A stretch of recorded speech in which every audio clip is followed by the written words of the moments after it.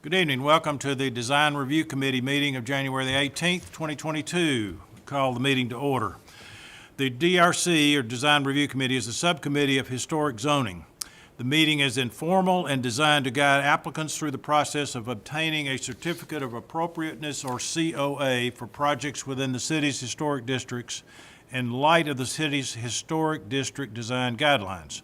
Applicant participation in DRC meetings is voluntary but highly recommended. Changes made or suggestions taken by the applicant based on discussions with the DRC are the applicant's choice, but the DRC makes no representation as to whether any changes or suggestions made during the meeting will be approved by the voting body, which is the Historic Zoning Commission. There are 4 items on the afternoon agenda. When your item is called, please introduce yourself and generally describe your item in about 3 to 5 minutes. Please focus on the specific points of your project that you want the Design Review Committee to discuss. So we're ready for item 1, discussion of signage at 113 2nd Avenue South.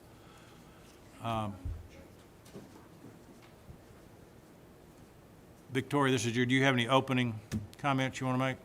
Okay. If you, great. Give it a test. Perfect. Let's see. There we go. Perfect. That's perfect. Now we're going. You'll just introduce yourself and then tell us about the project. Sure. So Pat Owings, owner of 12 Point Sign Works here in Franklin. Looking at a new sign, been engaged by St. Philip Catholic Church. Sign is very similar to the existing one, just somewhat updated. A little bit more of a post and panel standing in the same spot as the current sign and roughly the same size, height, and width wise. Have submitted plans and been invited to this meeting to discuss the differences between the two. Again, it'll be a 5-inch post on each side. Again, sign still stands a little over 7 foot high by about 12 foot wide. Okay. Okay, so as the applicant has explained, they are seeking to replace the current monument-style sign in front of St. Philip's, and it's on the side along East Main Street. They are looking to do a post and panel sign. Currently, that sign, I tried to measure it today. It's well over 12 feet wide and well over 7 feet tall because I could not even get the measuring tape up there. And it includes an extensive amount of lettering and text that cannot easily be changed. Their proposed sign is about 53 square feet. So it's about 12 feet wide and then 7 feet tall at that top point.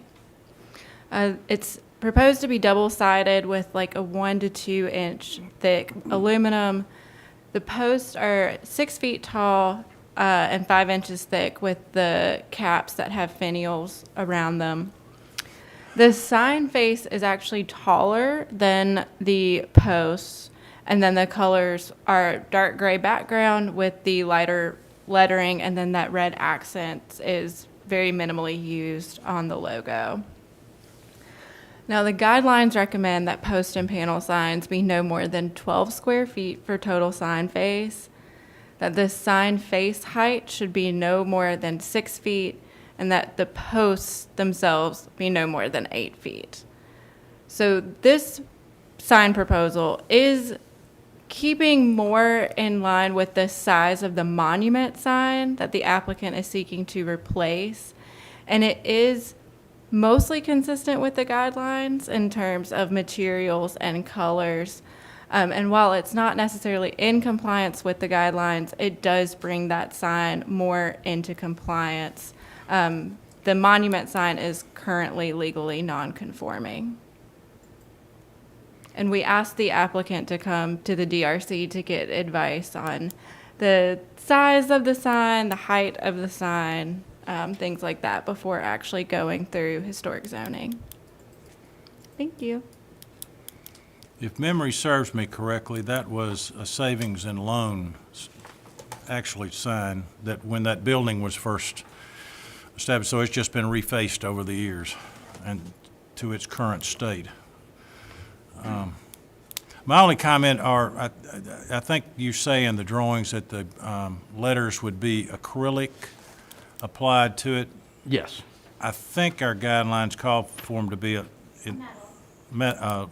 which would be aluminum, Okay, just aluminum rather than acrylic. sure.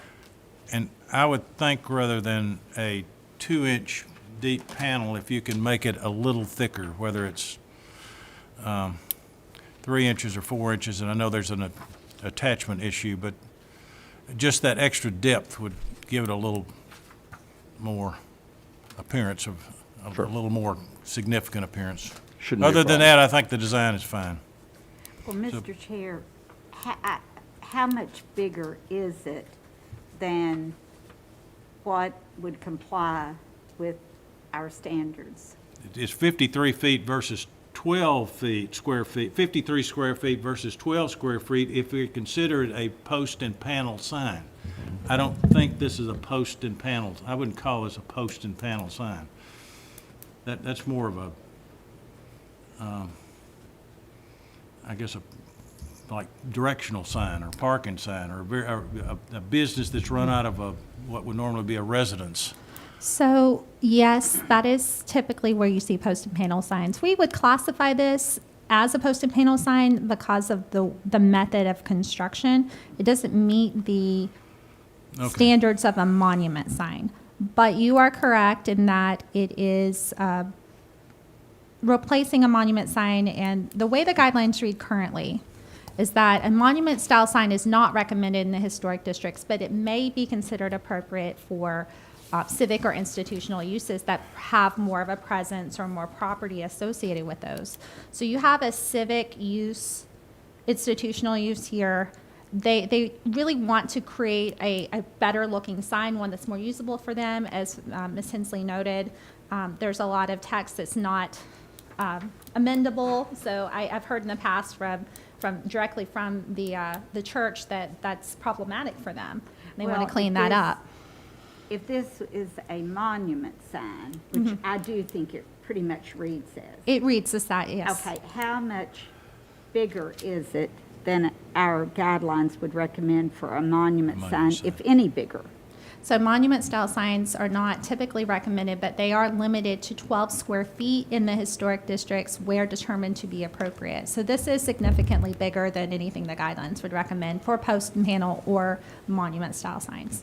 So, if I could ask, is there, if they were just refacing the existing sign and not rebuilding it with these posts, would there be any requirement for them to come before historic zoning? If they just were simply taking the existing sign as it is and stripping off the text and refacing it?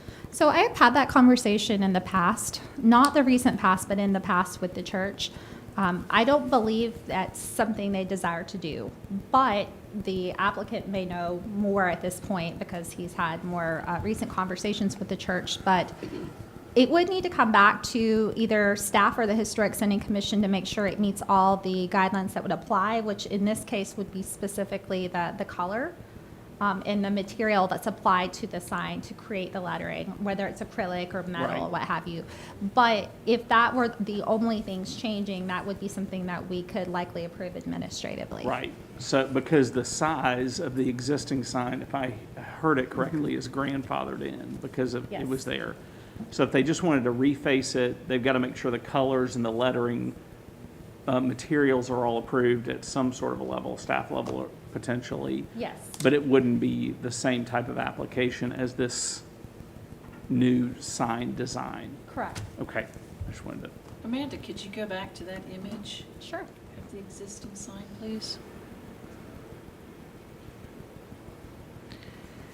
Could I ask a question too in regard to, with the church, is that monumental style appropriate for the scale of the church?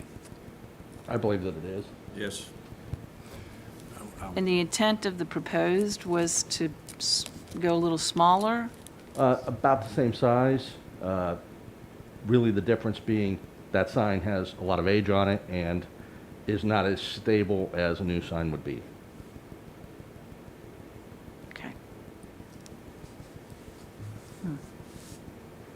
Who else? Susan, you got any? Brian?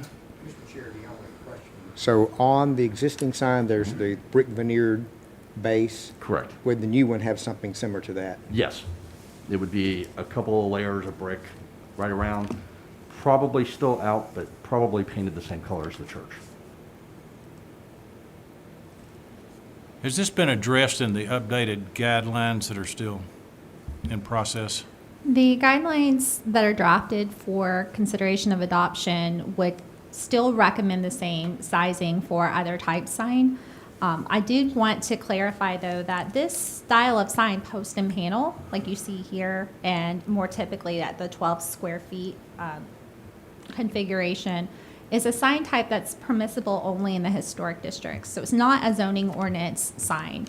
So if the commission decides that it would like to approve something outside of its typical guidelines for that sign type, that is something that we would be able to do. However, it is always staff's recommendation to meet with the intent of the guidelines as closely as possible. Okay. I guess one other question for staff. If the application was ultimately denied for this style because of the size by the Historic Zoning Commission, they would still have the grandfather, they'd be back to the drawing board? Yes. Yeah, so they'd still have the grandfathered rights under the monumental sign. Correct. So I'm still trying to understand. This is a third bigger than the guidelines recommend, twice as big. Where does it, 4 times as big. four Right, times more as than big? 4 times as Well, big. as much as I think this looks better, I have a problem having the interpretation that there's a non-conforming sign, and so we can get something better, so we'll take that, even though it's 4 times as big. I do think that the church has quite a swath of property, and it does lend itself to maybe somewhat bigger, but I think, I hate to see us go down this road. I'm thinking of the review that we just did on another institutional use on Franklin Road. So that's where I stand. And as a reminder to everyone, for that particular application Ms. Pierce just referenced, there was a monument sign there. They asked to replace it in kind, meaning same size to same size. And that was 15 square feet, which is exceeding by 3 square feet. But the commission felt that size was still in And I keeping think- with the general intent. Yeah, and I think if it were something like 3 square feet, I could see that.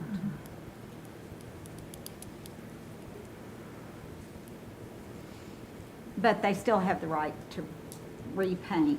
Absolutely. there. I have in the past recommended that if they want to keep the same size, that they consider doing some sort of a refacing. I know that it's not as desirable in terms of maintenance, but it would allow them to keep that legal nonconformity in place. Okay, so a refacing in the vein that it's shown in that drawing would be appropriate. Yes, sir. I don't speak for Victoria. No, what I'm asking both of you. With metal, not acrylic letter. Yeah, with metal, not acrylic letters. Okay. Is everybody leaning in that direction? So, just so the applicant is clear on what I we're, think he's clear on it. I think so. Can I just ask one other question? Yeah. The red part on the top still allowed if we do a refacing? Yeah. Okay. Absolutely. So But, yeah. Victoria can explain the color guidelines Okay. really quickly. Yeah, so our color guidelines are dark background with lighter lettering, and then no more than 3 colors on the sign, and that meets it. The Okay, red yeah. is, a additional color that's not used very predominantly on the sign. Okay. Very good. I would just say, if you do consider something smaller, the church at the corner, I call it the Old Baptist Church, you know, at the corner of Third and Church, has just put up a very nice-looking sign in the last year, year and a half. Okay. Okay. Anything else from anyone? Then we're done then. Thank you. Thank All you. right, hope it helps.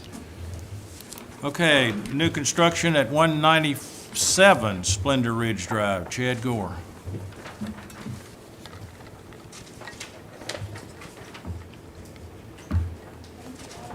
I You can switch to the other chair if you want. Good evening, everybody. Hello. Chad Gore, representing applicant Mike Ford Builders. I brought paper copies like I usually do if anybody's interested in flipping through those. I do too. Thank you, I do sir. too. That way you don't have to pay attention to the screen. Well, it's also like a gift, you know. It's a gift. It's a treat. Presents, Thanks. party favors. Thank you, Chad. Is this the last lot? Good. We do. Oh, I see on the end. There you go. Perfect. All right. God, buddy. Are y'all ready for me? Go. Good. So we're at the far end of the block now, lot 17. The footprint of the building is relatively the same as the rest of the previous ones we've approved, but thankfully, the lot is just a little bit bigger.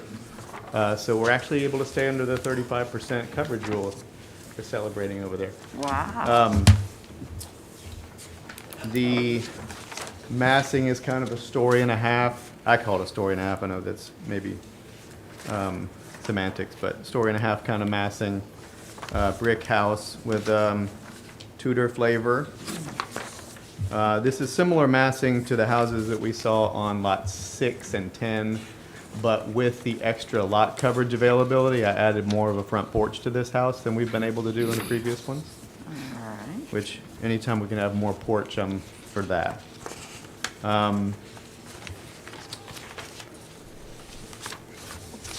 This is adjacent to the Riverview property. There's a line of evergreen trees there, and some deciduous trees. And there's a little bit of buffer on the lot that we intend to fill with, not fill, but intend to include landscaping on as well. So we'll be addressing that view from the adjacent property. But it will also have some screening there to, for the benefit of both properties. And I guess we won't have the landscaping fully designed, but I can certainly diagram something when we bring this back to the full commission. Tried to represent it a little bit in the views of the model that are included.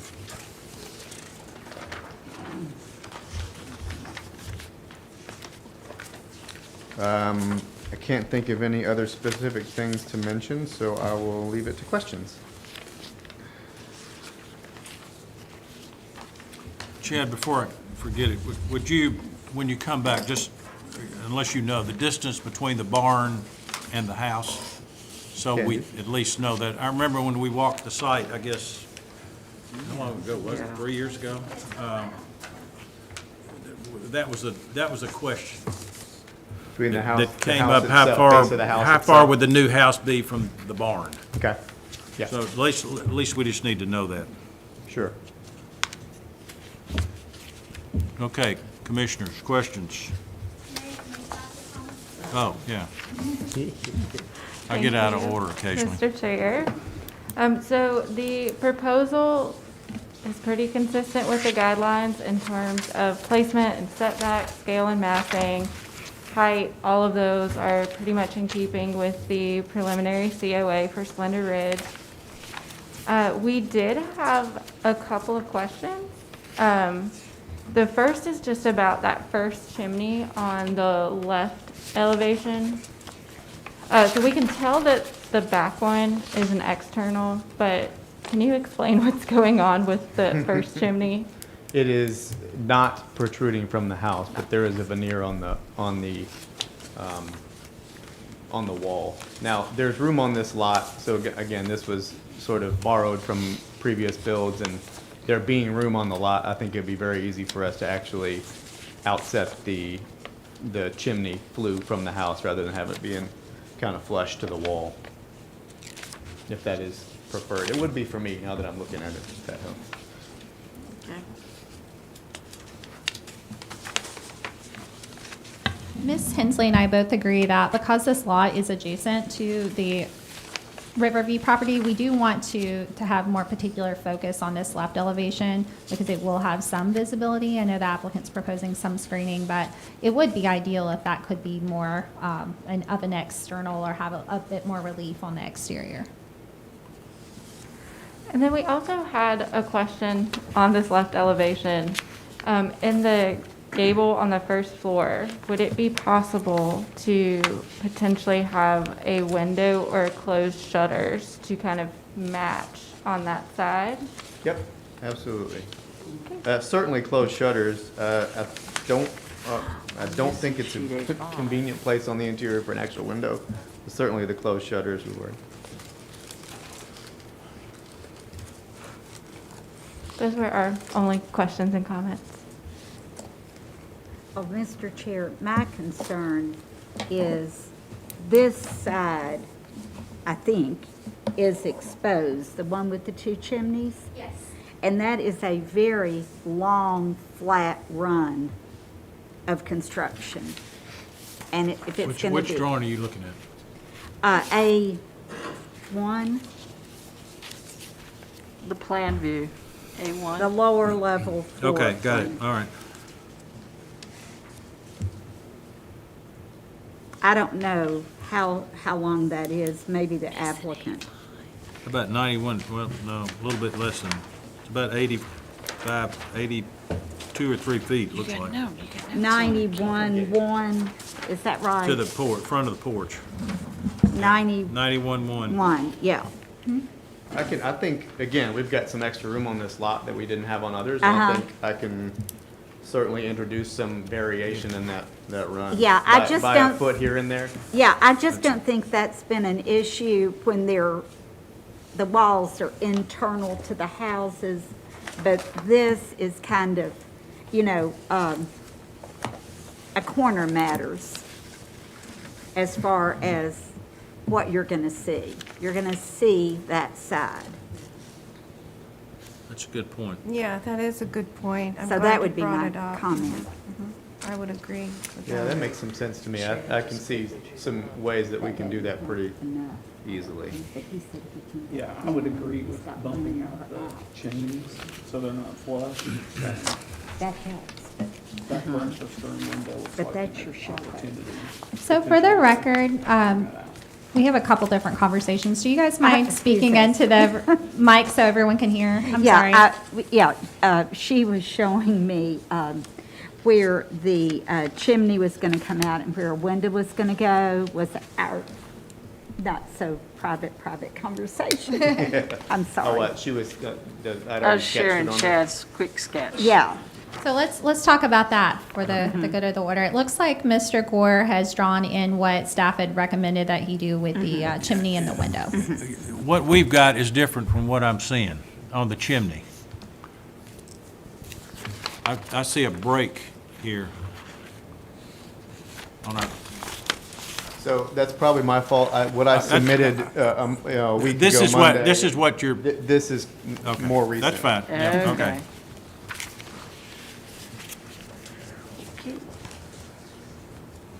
So is the comment still in keeping that it be an external chimney and have the window added? Okay. Yep. and maybe, Mr. Chair, find a break somewhere in there. Yeah, Chad's got Makes that. sense, yeah. Yeah.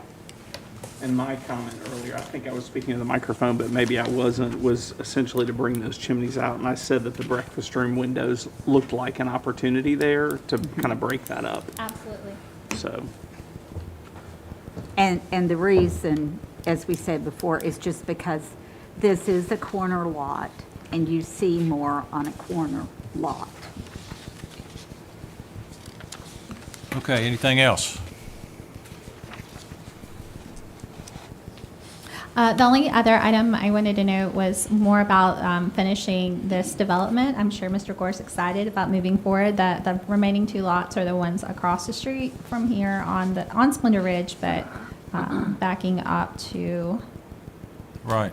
Lancaster. Harpeth Meadows. So we'll see those later. Those are just a little bit different configuration, and we look forward to seeing what you got.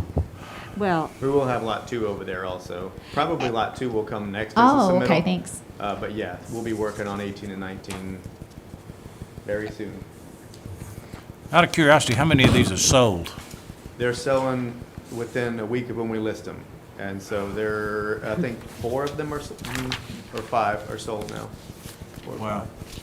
5. well, Mr. Chair, I think I'd said this at another meeting, but I think 18 and 19 need to be more respectful of Harpeth Meadows than these have had to be, because to bring the scale more compatible with the infill site, those to me are the 2 sensitive ones. And it might be good when this is brought, I think somebody said this, when this is brought to the Historic Zoning Commission, if there could be some kind of a real-life view that shows us the barn and this lot. Oh, that's a good idea. Some pictures maybe? Pictures, yes. Okay. Good idea. Yeah, and by then, we might have some semblance of a house on lot 16, so you at least see in pictures kind of where that is. Yeah. Okay. That would be good. Anything else? I have a comment. Susan? The front door, you have a Tudor arch over the opening, but you have a flat lintel. Is it possible to change that front door to a different shape? We can certainly change the masonry opening, and I can look at the door proper. It might be that it has a panel above the door that's not part of the operable door. But yeah, It just seems like they're fighting each other, the flat lintel and the Tudor arch. but- Yeah, we can look at that. Okay, thank you. Okay, anything else? Well, we did, when stuff's right, we sometimes don't say it, but I'm sorry. when things are right, we've just gone over every change, but I think in general, this house the front facade looks, Thank you. Well. We're used to the critical method. It's the way it works. Thank you Okay. for the 35%. Chad, thank you. Thank you. All right, we're ready for the next one. Discussion of demolition, accessory, partial demolition, principal, Sir. alteration, siding, entrance driveway, addition, principal, and new construction of the accessory at 215 Lewisburg Avenue. Sorry, I don't have hard copies. That's all right.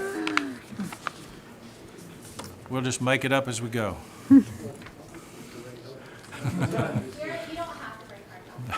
No, you're fine.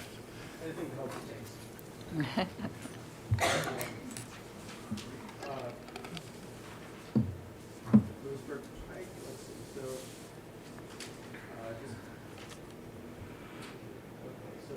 the location is a Lewisburg Pike. Did you hit the button on the microphone? There you go. Okay.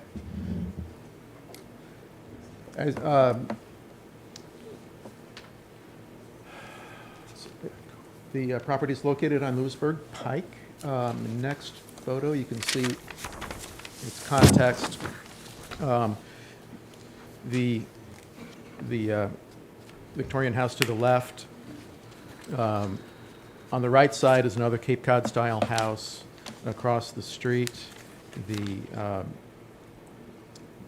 what would that be? Stick style, but I'll just say Victorian. Queen Anne Cottage. And then on the next page, you can see a couple views of the house. It's a simple Cape Cod. And at some point it had, they put vinyl siding on it. And I think abbreviated some of the detailing. It's a very simple style to begin with, and it's too bad when it becomes oversimplified. like that. And the next page, you see the side view. There's the side wing as you head down the driveway, and then the rear view, where you can see that the rear shed roof addition. And then on to the next page. This shows what we proposed to demo, which would be the carport and that rear shed roof addition. And the next page shows images of those two structures. The right photo is looking at the rear face of the addition that we're proposing to demolish.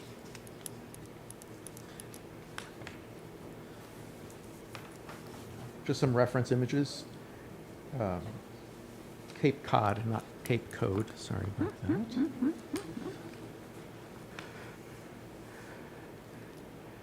And I find what's interesting about this, if you go back one page, Amanda, the same condition that's on this top left example, the windows that flank the front door, they're actually almost square, and it's the same case with this house.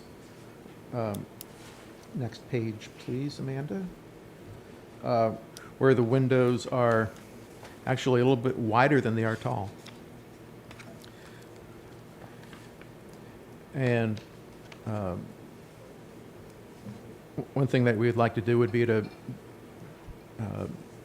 restore the front, bring back some of the elements that were missing, remove the vinyl siding, replace as necessary the wood siding that's underneath it, bring back some of the detailing to the dormer windows, rebuild the front stoop. And I would like to add a small roof that would cover the front stoop that would be historically appropriate. While we're on this, if you go back to the previous page really quickly. One thing that I would like to get input on is the possibility of replacing the two windows that flank the front door with windows that would have a lower sill height. Okay, so next page, you can see where the proposed addition would be to the rear of the existing, and then also a detached garage addition with a studio above. And as you can see, the building coverage area with the proposed additions would be at just 10%, landscape surface area 13%. One item which is in excess of the recommendation is around 66, 68%, somewhere in there, for the new to existing roof area. We feel, considering the size of the lot and the view angles, whereby you really would not see the addition from the street, that would be appropriate for this lot. Floor plan page, I did not shade existing versus new, my apologies, but the new addition is comprised of, from left to right, the owner's bathroom, the great room, which includes a living area, dining, and kitchen area, and then the pantry, which is below the kitchen, and part of that bathroom. So that comprises the addition.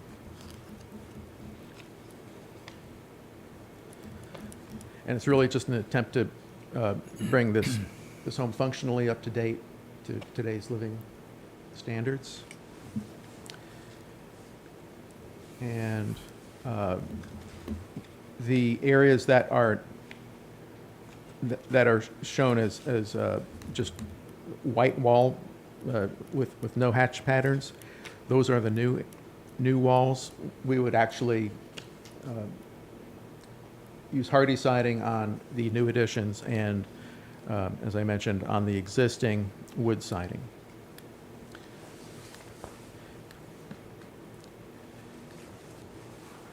on drawing number 2, you can see that there is a gable form perpendicular to the existing main roof, intersecting with that with a shed roof dormer. Programmatically upstairs, we're proposing 2 bedrooms and a bathroom. Rear addition. Again, that would be hardy siding on the new part. And actually, most likely, instead of the stone foundation, that probably would be stucco or harge coat.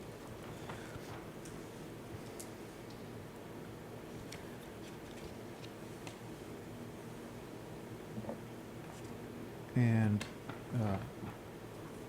more additions. We do have a alternate dormer option. In a previous conversation with Amanda, we had proposed a dormer which would actually continue and intersect with the existing roof. And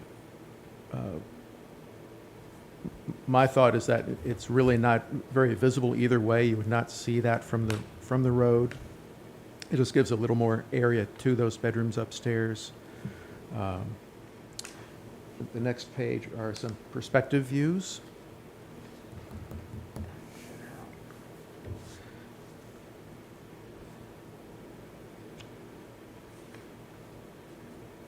And the last page includes a perspective view of the garage, 3-bay garage.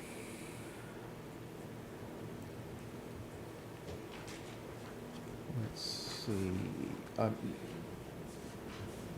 you go back one? Is there a, I think my set is slightly different. Is there a view of the garage in this set, Amanda? No, there isn't. Okay.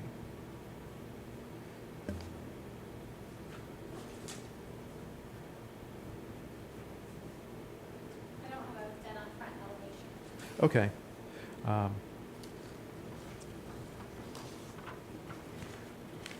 The garage is a 3-bay garage.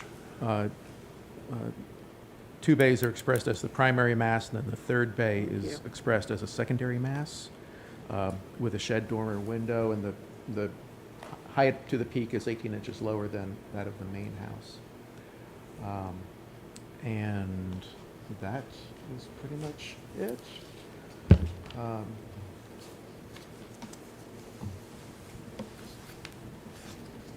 And as I mentioned, the main question is regarding the roof area, new to existing roof area, and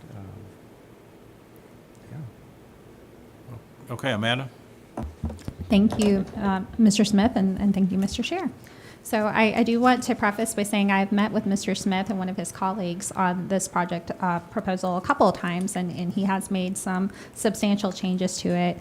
There are a couple of things I'd like to discuss and bring to your attention as we work through this process. In addressing the alterations proposed to the front facade, obviously, the removal of synthetic siding is encouraged. I do agree that it has taken away some of the character of the home, and bringing that back and restoring it would be perfectly appropriate and ideal. I don't know if there's wood underneath. Have you done any investigation to see if there's still wood underneath? No, they haven't. Okay, so what the guidelines would recommend is that if there is wood underneath, that we maintain that and restore it. Because the first tenet of preservation is to preserve all the historic fabric that you can. If there's some alterations that need to be made due to some rotting in certain places, we would limit that to just those places that need to be affected. If there is not siding underneath, the typical recommendation would be that we would restore the material that would have been historically appropriate on the facades that have some public visibility. In this case, it would be the front and the 2 side facades, and then the applicant would have more flexibility at the rear facade to perhaps use a cementitious material, as he has proposed for the addition as well.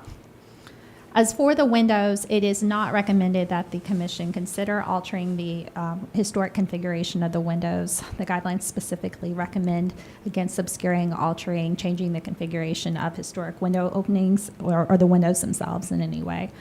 They do provide a bit of character, as Mr. Smith noted. Some of the reference photos have the similar window configurations, and we would recommend that those be maintained. I don't believe that adding a stoop would be ideal either. Most Cape Cods in this area do not seem to have the roof cover over the entrance, but that is not something that staff feels is a strong change. So I would love the commission's feedback on that. As for moving around to the remainder, I do have a question of the applicant. He had noted that the new to existing roof area is 68%. When you say existing, is that including the area that you're proposing to remove from the building as well, or is that absent of that? Absent of that. Okay. This it's does look remaining. just deceptive, like it's much bigger than 68%, so I did want to confirm just in case. We double checked that today, and it was 65. We'd be happy to check that again. Okay, well, thank you. So the guidelines do recommend no more than 50% of, for a footprint addition to a building on the historic areas. I agree that the area that's proposed to be removed is a newer area. It does appear to have some age, but it's not contemporary to the house and doesn't appear to have any sort of historic significance otherwise. So removal of that area would be appropriate. However, the size of the proposed addition is compromising to the scale of the existing form that's remaining after the addition's removed. So I'm going to go ahead and move further on. The original proposal, as staff discussed, it was two gables, kind of with a V shape in between to separate them. So the applicant has cleaned up the roof line quite extensively. I think adding onto the back of a shed is kind of difficult when you're doing it off of the addition.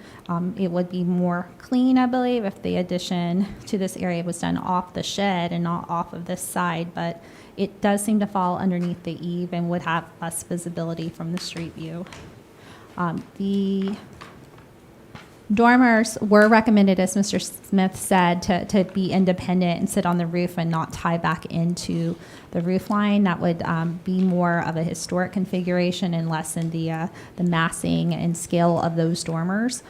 So it is recommended that if dormers are added, that they be of this configuration and not the alternative configuration provided by the applicant.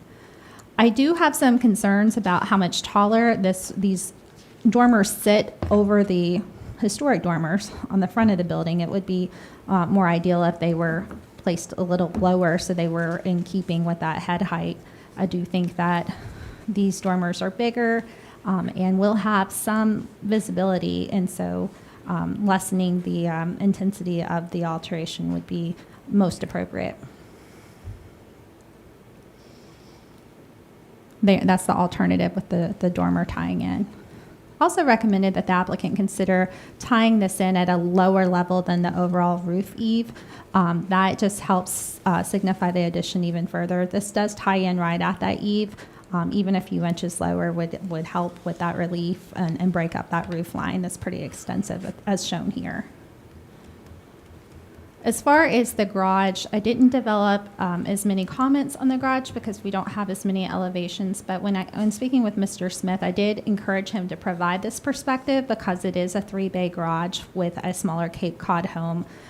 We do want to limit the perception of the massing and scale of this garage to the home from the street view. It is shorter. It is... I'm trying to get to an area where you can kind of see it. It does appear to have some forgiveness from the size of the lawn and the perception of the height in relation to the house as it sits further back.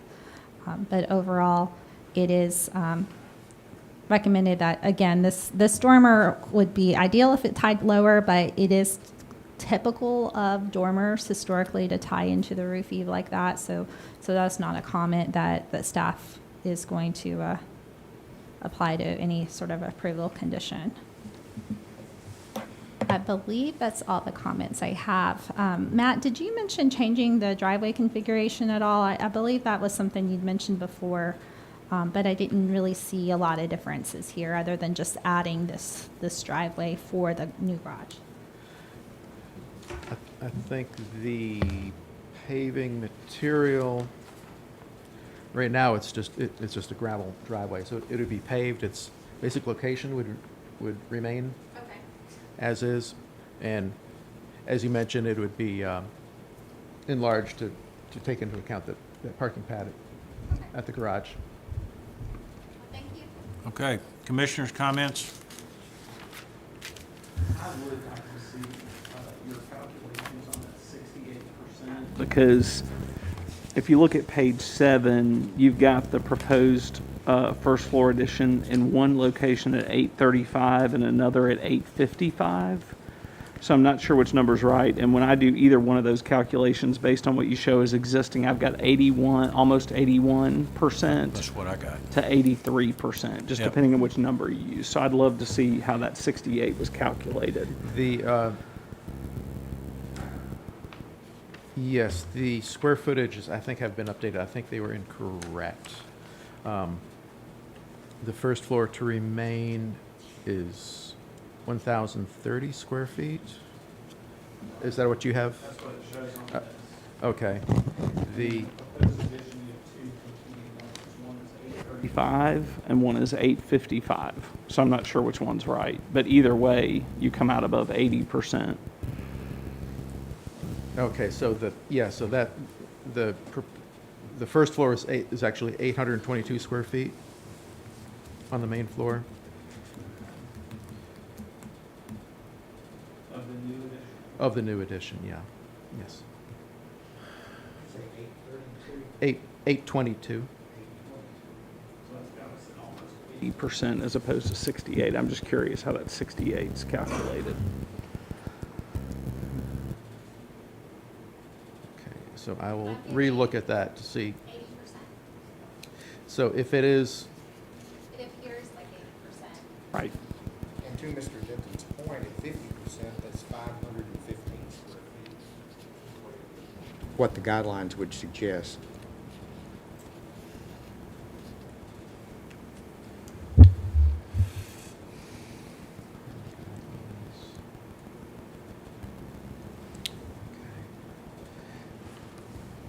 considering the size of the lot, what percentage are you comfortable with? So I'm happy to speak to that generally. I'm not going to give a percentage that is comfortable other than just recommend that when the commission's considered overages in the past, it has been relative to situations like lot size, the size of side yard setbacks, but also to the form and how well the form meets the intent of the guidelines otherwise. I do believe there's some things on the form that could be adjusted, but it's difficult to relay exactly what those are because staff does recommend against the overage as shown here. So when you reduce that size, it's going to change the form to some degree, and at that point, then we can talk a little bit more about that. If the commission does feel comfortable with the overage, I would give really pointed recommendations on any other alterations that might need to be made in order to make it meet the guidelines otherwise. Mr. Chair, I comply with what staff is saying. I think catching that house and doing the addition up almost the full height, if not the full height of the roof, is making the Cape Cod form feel like it is hidden. And I'm more concerned about the form in this situation because it's a very large lot for a small home. But I don't think we want to not know that it was a Cape Cod in all its glory. Okay, who's next?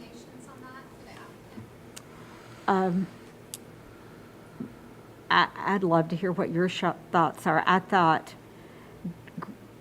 bringing it down some was what you said, And then I agree with Amanda that the dormer looks pretty overwhelming as high as it is. Mr. Chair, I concur with Ms. Pearson's comment. All right, well, let's go back to the overage. I don't think, from my opinion, we're nowhere near considering 80%.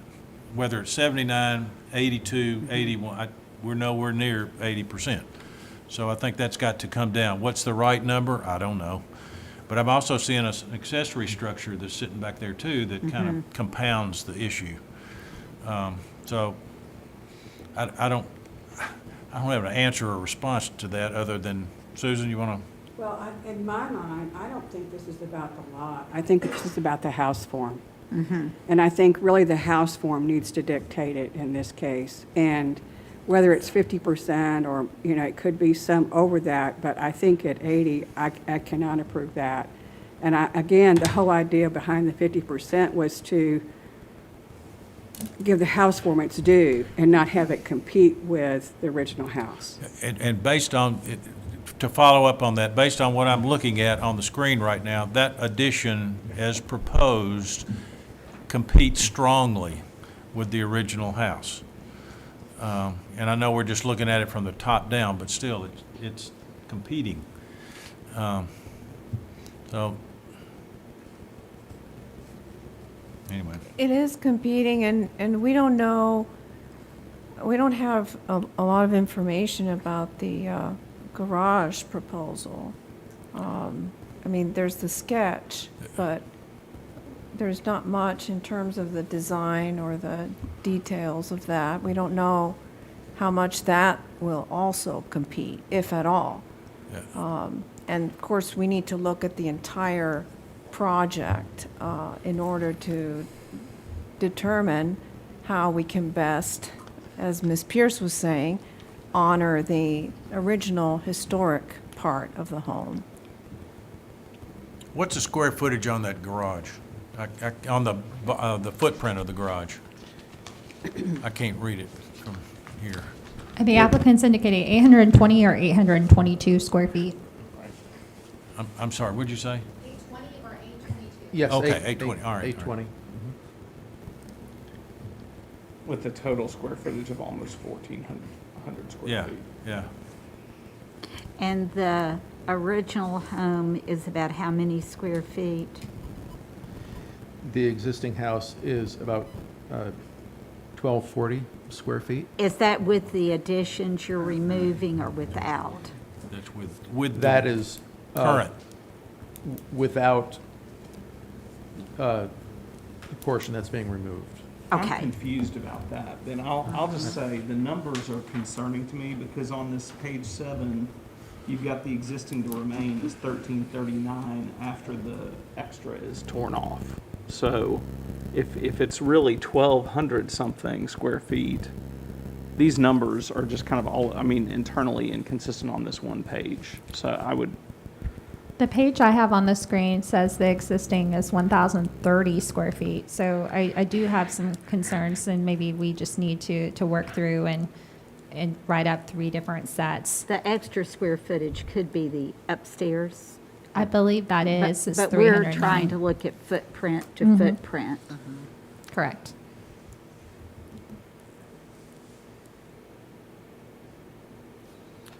Okay, who else?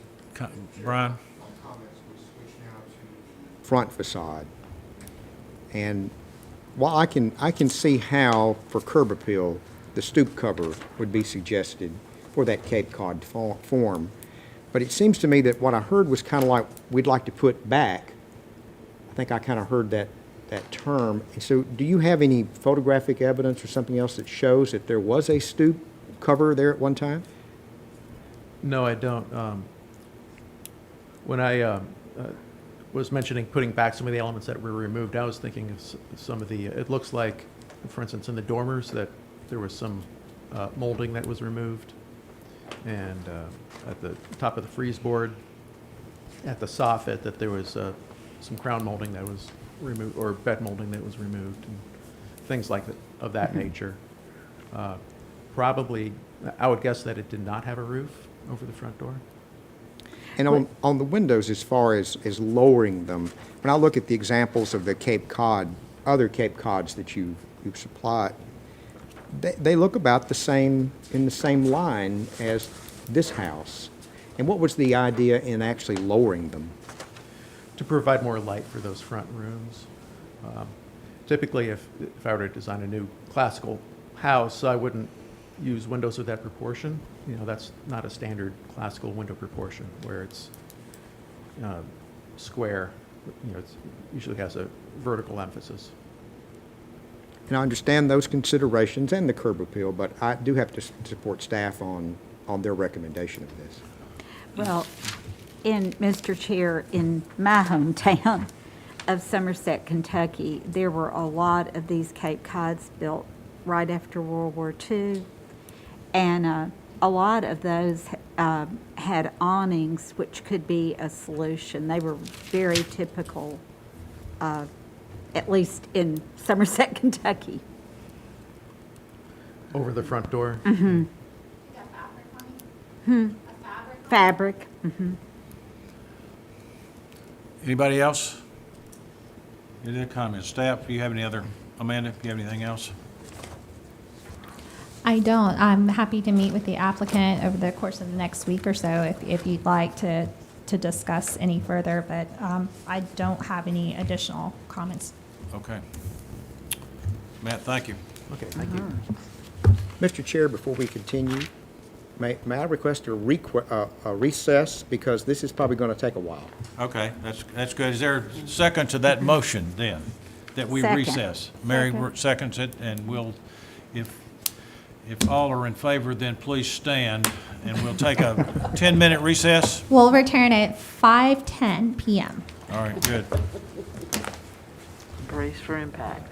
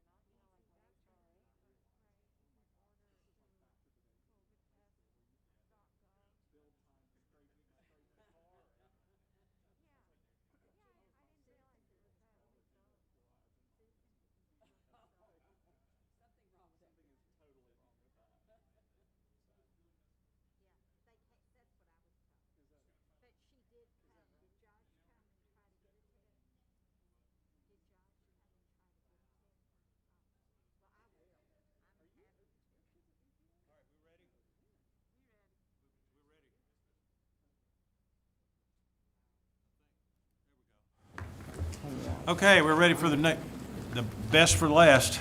Discussion of partial demolition and demolition of select buildings, and I'm not going to go through all this, all throughout the factory. So, welcome. All right, Amanda, do you have anything that you want to? I do. And you want to talk about, she got some comments on the parking requirement. Yes, I have a couple of comments I want to make. I know I typically allow the applicant to speak first, but I just wanted to make a couple of comments to help frame the discussion. This is a large project, as you can see, and I'm sure the applicant is very well prepared to explain each individual element with you. As part of this, there have been ongoing discussions with the overall planning team, engineering team, about the configuration of the site.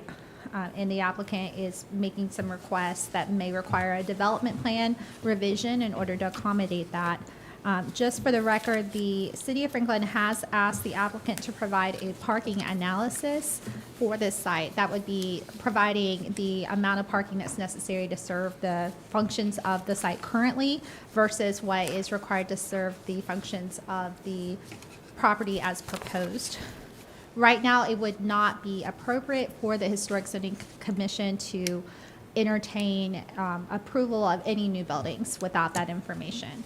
So we are at a design review committee meeting. This is an informal discussion meeting. We can certainly talk about those things, but at this point in time, staff is not recommending that the applicant bring forward any new buildings to the commission for consideration in February because we just don't have the requisite information to know if they would be eligible for approval.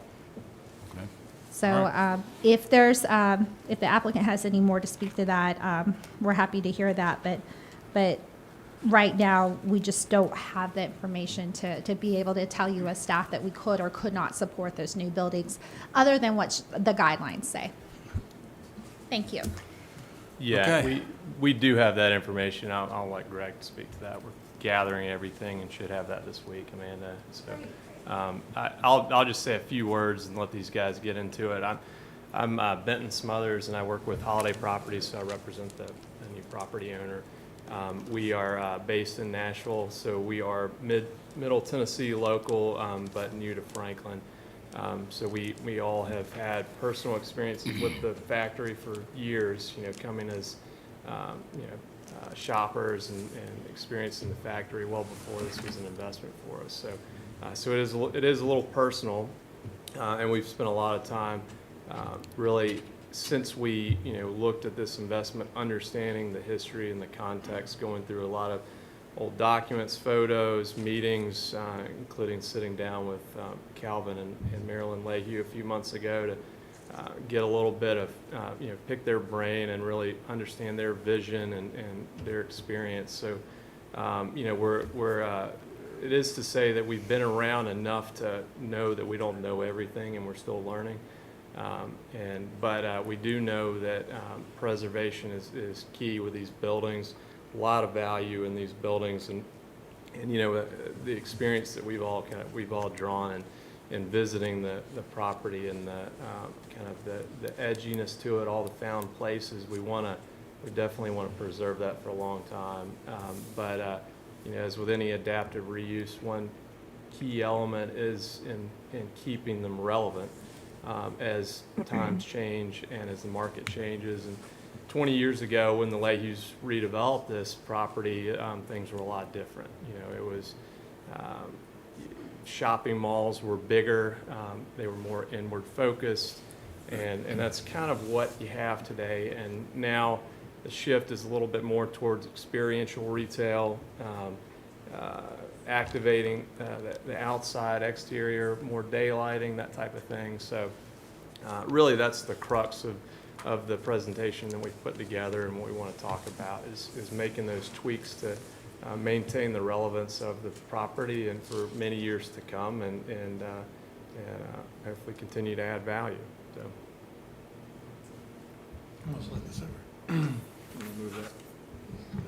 And my name is Greg Gamble, and I'm helping Holiday really kind of understand from a planning standpoint what the uses in the entitlement are for the property. We've been talking about this meeting as really more of an introductory meeting to tell you who our team is, who's working on this, who the owner is, It's an exciting, in my mind, it's an exciting kind of new chapter in the life of the factory. Even this building we sat in now, we're sitting in today, at one point in time was a retail mall. Now City Hall, soon to be something completely different. The lifespan of what was created in the factory about 20 years ago has probably run its course, and it's time now to look at how the factory can be looked at as a place for community engagement, for entertainment aspects. How do we really look at the factory's restaurants in a different way? So it's really exciting, really to start this process and be a part of this process. The factory was put on the National Registry in about 1997. About that same time, there was a PUD that was approved by the city of Franklin for the factory that established uses. That PUD that was approved has never been updated. That PUD that was approved had 2 other buildings on the property where there's now parking lot. We know that there are changes to the entitlement documents that are coming. So first, I don't want you to be surprised by that. We're going to have to amend the PUD at some point in time. There are established uses that are in the PUD that are listed by square footage. Those uses that are in the PUD do not match what's in the factory today. So there's some unraveling, some knots to untie, and those complexities really fall on our consultant team and city staff, and they've been so helpful to this point to kind of help us get those pieces in the right place. In the existing PUD, there's parking that's been established for the property. That parking does not match the city's current zoning ordinance, as I'm sure you can probably imagine. So there's some unraveling that we're having to do there. We're looking at this in 3 tranches. The first tranche is there are some things that we're asking you to consider approval for that match some existing tenant needs, requests, suggestions by our team to really make the site live better. And those are building facade, right? Those are building facade. Those don't have anything to do with new buildings or anything like that. It's just about the existing facade. The second piece that you're going to be sitting down and looking at with us are some site plan amendments to make the traffic circulation, the flow of the parking lots better. There are some aspects of that that have to go before the Board of Zoning Appeals before they can come to the Historic Zoning Commission. So we're going to have to do that step first. Very similar to Harpeth Square, there was a whole process we had to go through. We put that in a linear path, and we just took one step at a time, and that's what we're going to be asking you to consider here. The third piece of that is this development plan. It's not radical changes. It's more about addressing opportunities for outdoor dining. Anytime we add an outdoor dining space that's waited on by a restaurant, we have to either, one, provide additional parking or show that we have a shared parking matrix in place for that outdoor dining to exist. Right now, there is no shared parking matrix for the factory. So there are multiple consultant groups we're going to be engaging with to provide the engineering, the resources, those dynamics that are going to be necessary to set those entitlements in place. So instead of asking for you to consider all of this at one time, including appropriate signage for the factory, which would be a part of our development plan process, we're asking for your consideration to kind of help us crawl, walk, run. Help us address some of the immediate needs through your review as a board with the items that we'll be presenting to you. But understand, we're going to be presenting to you the whole master plan. We're going to be presenting to you everything for your consideration. These are some initial pieces that we believe are appropriate in the context of what we're asking for. We also understand that this is not a sprint. Do we want these issues resolved quickly? Yes. But we understand it's going to take a little time.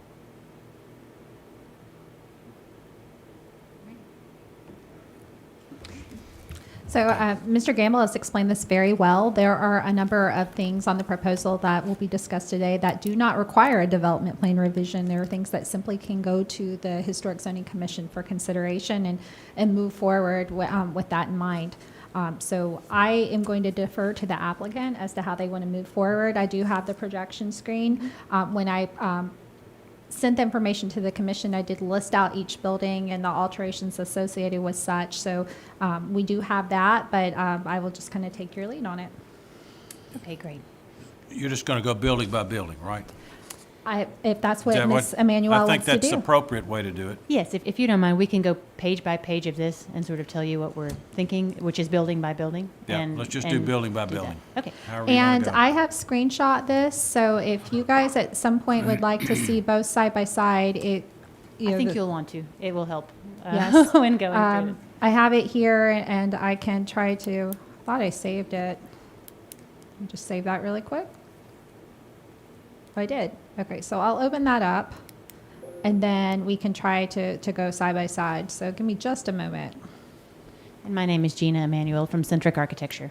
So I'll go through page by page. Thank you for having us today. Like Greg said, we realize this is going to be a multi-step process, and we really just wanted to start at the beginning and show you what we've been looking at. It's an extremely unique building to Franklin, or really anywhere, and so we are treading lightly, but the opportunities are endless out there, and we're just really excited about it. So we just thought we'd show you our overall master plan, and would love to hear your thoughts as we move through this.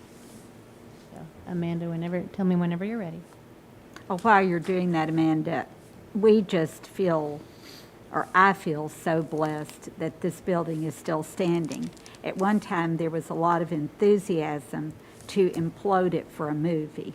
Right. Yeah, I had that corroborated by the Leahy's. That's a incredible story. But when you look at the old photos from the mid-'90s, the state it was in was incredible. It was unbelievable. Dilapidated, right? It was a pigeon haven. There were pigeons living inside there.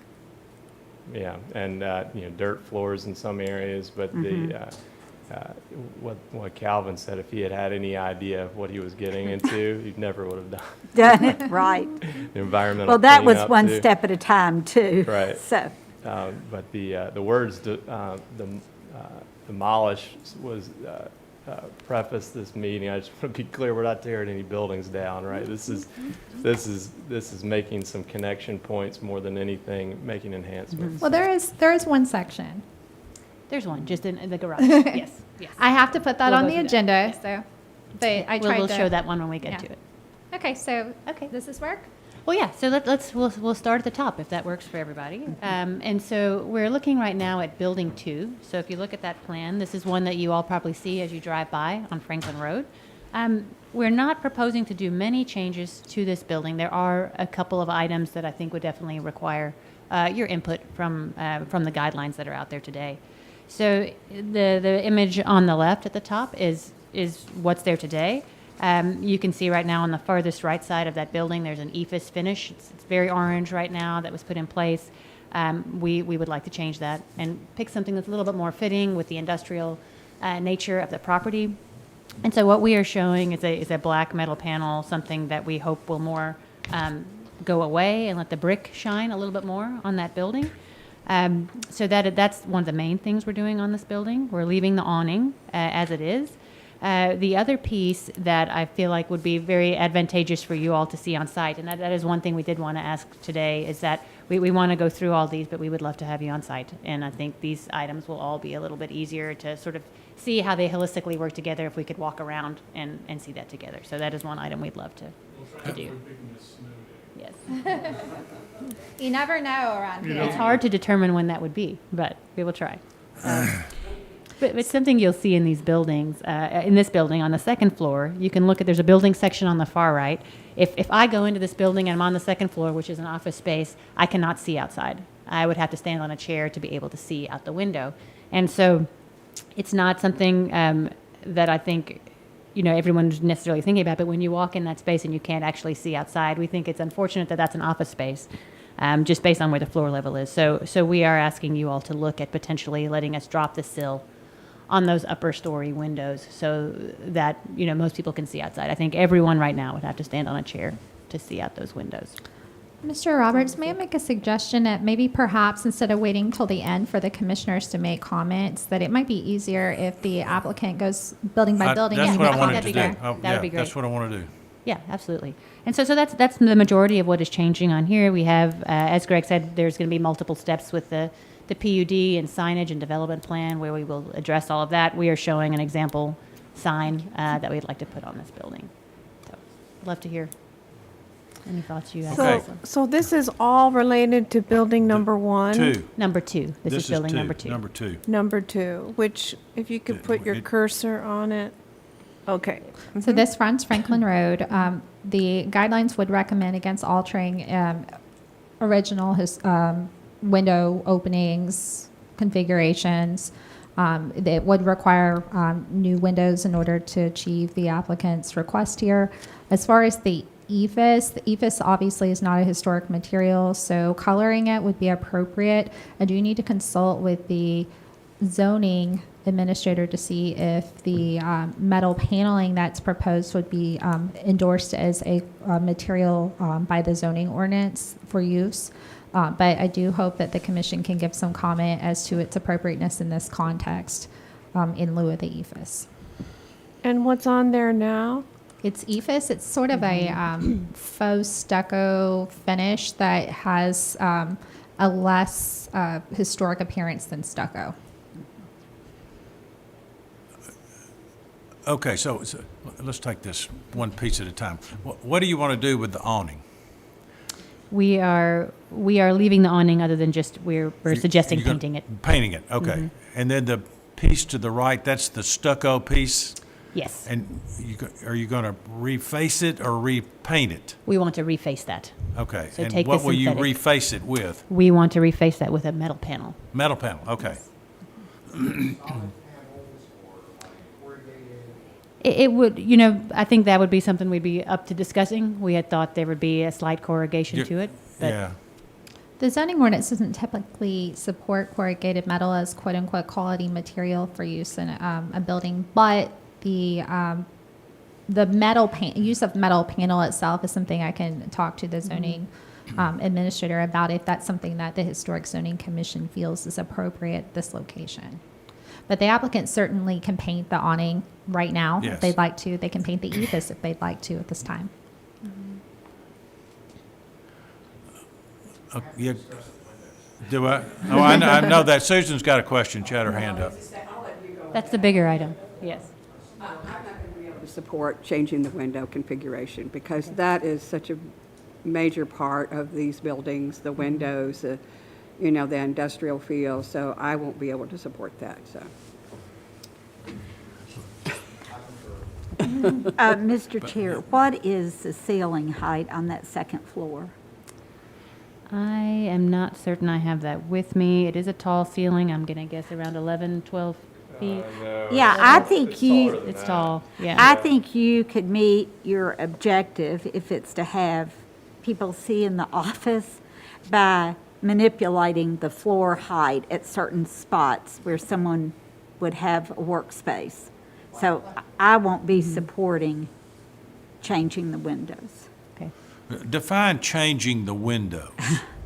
So The in panel, order- the glass panels or the, Make them taller. The Well, whole in order thing. to whole lower thing. this- Yeah. In order to lower the sill, it would essentially be a new window. okay. We would match the material, but it would be a new window. Under the windows that are currently in place, original. Yeah, as far as our understanding is they are, yes. Are those windows operable? I have not ever tried to operate proposed those. They're windows large operable? windows. I think Who's gonna technically- try it? I think technically they are, but I think I'd be afraid to. Are your For fear of proposed them windows sticking or- operable? Say that again? Are your proposed windows operable? We honestly haven't gotten into the Okay. detail of that Okay. to think through that, but happy to talk about that.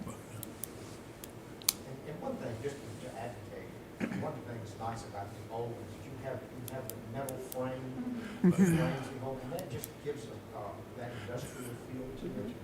And, it's gonna be hard to replicate that. And so Yeah. I'd advocate keeping the original. Okay. And we have replicated windows just like this and had them custom built in our own office. In our old previous office, we did do that. So that is possible, and they would match the profile appearance, that is definitely possible to replicate that. If you don't want to entertain that, we understand, but that is possible from a material standpoint to do that. And they would look very similar.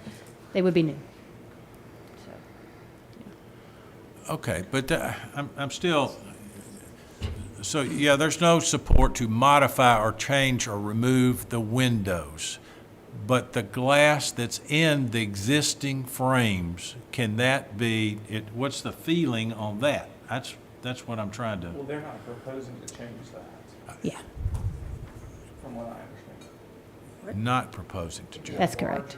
They want to cut out the opening. I understood that, but I wasn't sure exactly what you were going to do if you did cut it out, so it's, I think we would leave them as is. I think they are, okay, you know. well, then that's yeah. answered the question. You just Yeah. answered the question. Ms. Rose, could you make that image a little larger on the right? It shows the facade of the building so that Jim can see the. I see that, yeah, I got, And then that. yeah, I got that. So I wasn't clear, I see now. Yeah, I got it. we're just lowering it. I got you. Yeah. And that's just the windows on the second floor. Sorry. So Not the obviously first, They would yeah. have to match the ground floor. The intent would be that they would all match. Okay. I'm So the done. entire, You can see it here pretty well. Mm-hmm. Okay, so the entire window unit is a new window unit? Yes, it would have to be. It's entirely new? I got it. I understand the no. And the metal I don't, proposition, I would think that it'll distract from the historic part of the building, that big mass of metal. I'm not talking about the roof or the awning. I'm You're talking about the covering. I of don't the- think it would. Depends on how it's done. It's what it gets down to. I think it's a Yeah. good way to do it, as long as it's not a Yeah. high It's gloss very, type it's very bright metal. orange right now. Yeah, I was gonna say, I think that it's already there, like Yeah. that portion of the structure is Yeah. already there, so then it's down, and they can paint it today black if they want to, as I understand it. Yeah. So then it's a matter of, you know, I guess from I hear staff on the corrugated metal issue, but this is a really unique structure. I mean, this is a warehouse type factory building, so that doesn't bother me. Yeah. And we would be certainly willing to look at multiple different types of metal siding. I think we're not married to any one type. And that's going to be my suggestion. Whenever you come before the board, you could bring samples, Yeah. you know, or Mm-hmm. ideas of what it would be like. I must agree with staff and with both Mr. Denton and Mr. Roberts over there about, you know, metal could work, but it depends on what kind. But I think I would have to say that corrugated might be a little too varnish, Okay. you know? Okay. You just have to, the concept is what you're trying to get Yeah. today. Big picture. Big picture. So Yeah. I think metal would work, depends on the design, but I think metal would work. We just got to drill down into it, but for purposes of today, I would think that's fine. Okay. And certainly painting the awning is fine. Okay. So, Can I ask another question too? Is skinning this structure with the metal, is this an opportunity for signage? On that Or metal? it's just an element that you want to get rid of the orange? I think we feel like that ephes is not appropriate, you know, the synthetic stucco with the rest of the buildings out there. And that's the primary reason we would likely put signage in other locations like we've shown Okay. in this image. Just so you're aware too, EFS has been removed as a approved material from our 2020 zoning ordinance. It's no longer prohibited. It really just kind of cheapens the building and the experience, I think. And can I ask about the lettering? Of course, we can't see it unless you zoom in, but is that new? The lettering on the top? Yes, we're showing some potential proposed signage. I think that's something we, as Greg said, we know would have to go through a development plan and then come back to you all. But yes, we would like to put something on the building. There isn't anything to date. And I would recommend as we go through this, there's a number of sign proposals throughout. I think it might be worth our time to have a meeting, as Gina suggested, on the site to talk through these things. But signs alone might be warranting a meeting of its own, because it is a huge package for this campus type development. So perhaps if there's something that you see that just does not feel appropriate in the least in light of the design guidelines that apply, I'd go ahead and mention that. But otherwise, I would recommend, if the applicant's okay with that, and if you're okay with that, maybe we just talk about signage cohesively at a later date. That way it doesn't feel as piecemeal, and just the intent of the sign to overall can be relayed better by the applicant. Yeah, that sounds great. And I did break something for you all today, too. I'll give it to you in a minute. It's just a barcode. You scan it with your phone camera. And if you are all able to come on site, we thought it might be helpful to sort of stand in each location where we're proposing a change. And you'll see when you scan this, you scan it on your phone, and you can sort of stand next to it and show what's proposed and sort of go back and Oh, that's forth like great. this. That's great. So if it's okay, I can hand these to you now. Yeah, You can do it. that's We're sitting fine. here. Gina. This is Those right now, we've had discussions about the virtual reality component Yeah. and whether or not those are things that can be supplied to the public as like something that is publicly accessible. So we may need to provide it to you at a different date, and perhaps put it online so people can do that. Sure, and this is not of the factory, this was just an example of another project. We will do it of the factory, and then we're happy to make that barcode available however you need to distribute. We can definitely explain this out later. Yeah, okay, great, thank you. Just wanted to show you what we would hope we could do on site. Okay, Okay, we ready then? ready for the next one? For the next building? Here we go. Okay, this is building number 3. 3. If you All want to right. highlight that, Amanda, thank you. Okay, so Yes. So this building right now, I would almost say is a little bit hidden on site. If you are not going over there for an intended purpose, you probably would not go over there. And what these photographs don't do justice is the trees that are in that courtyard. There are some really large old-growth trees, some cypress, cedar, they're really amazing. They are large trees, and we love that out there, but the problem is there's not anybody ever out there, and we think that's a shame. So what we would really like to do, what we're proposing in this building, there is one current door entry, as you can see in the left image, proposing keeping that, making that glass look a little bit more appropriate with the existing windows that are there. But what we would like to do in this building is have more than one restaurant in this building, ideally. And we would like them to have access to a patio that's in that courtyard, keeping the trees and really having what you can kind of see in that image on the right is really having tables and chairs under the trees, maybe putting some sort of, small lights in the trees and things like that. So it's a really, great outdoor environment in the evening, during the day. Families can be out there. That's a really big deal across the whole campus, making this very accessible to families wherever we can. And so having this kind of courtyard with seating outside, really making it conducive, as Greg mentioned, making it conducive for a certain use. That patio would work if the restaurant was able to come out the door onto it. I think if they had to go through the main entry, the main factory entry now, which is what they would have to do, and then come all the way around, that patio wouldn't exist. And that's what's happening today. It's just not used very much, and it's unfortunate because it's really lovely space. And so what we're proposing here is adding that door on the far right. So again, we would be modifying a window. We'd be taking out a window. We'd really be keeping the opening the same size, just lowering it to the ground. And then, working with keeping those existing trees. Our landscape architect has been talking to an arborist to make sure anything we planned out there would not harm those trees. That's still in process. We don't have all the answers to that. But knowing that we want seating area outside in that courtyard under those trees with that new door entry. And the one point on the use of the building, the way it's set up, there aren't that many points of ingress, egress is kind of along. So without these additional connections, it really limits what you can do with the building. But obviously the connections to the outdoors and the patio space is just a huge part of where the trends are in mixed use. So.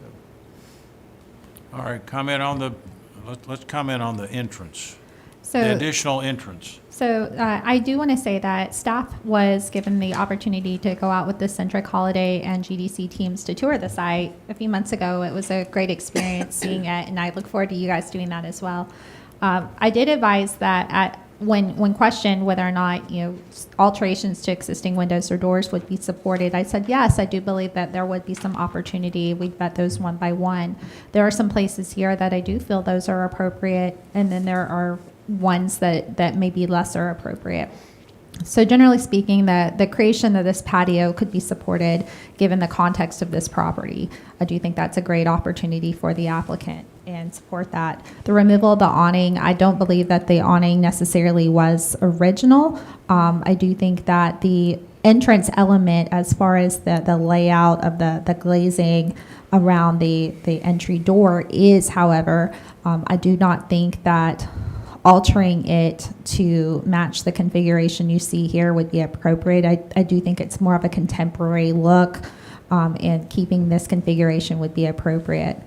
If the applicant needs an additional door, they're not generally recommended by the guidelines in places you see that are highly visible, but as the applicant noted, this isn't really that highly visible of a location, surprisingly.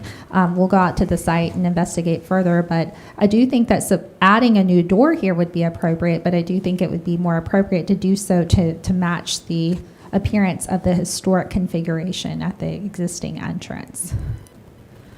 The applicant's also proposing to demolish this connector between Building 3 and I believe it's Building 1 or 2.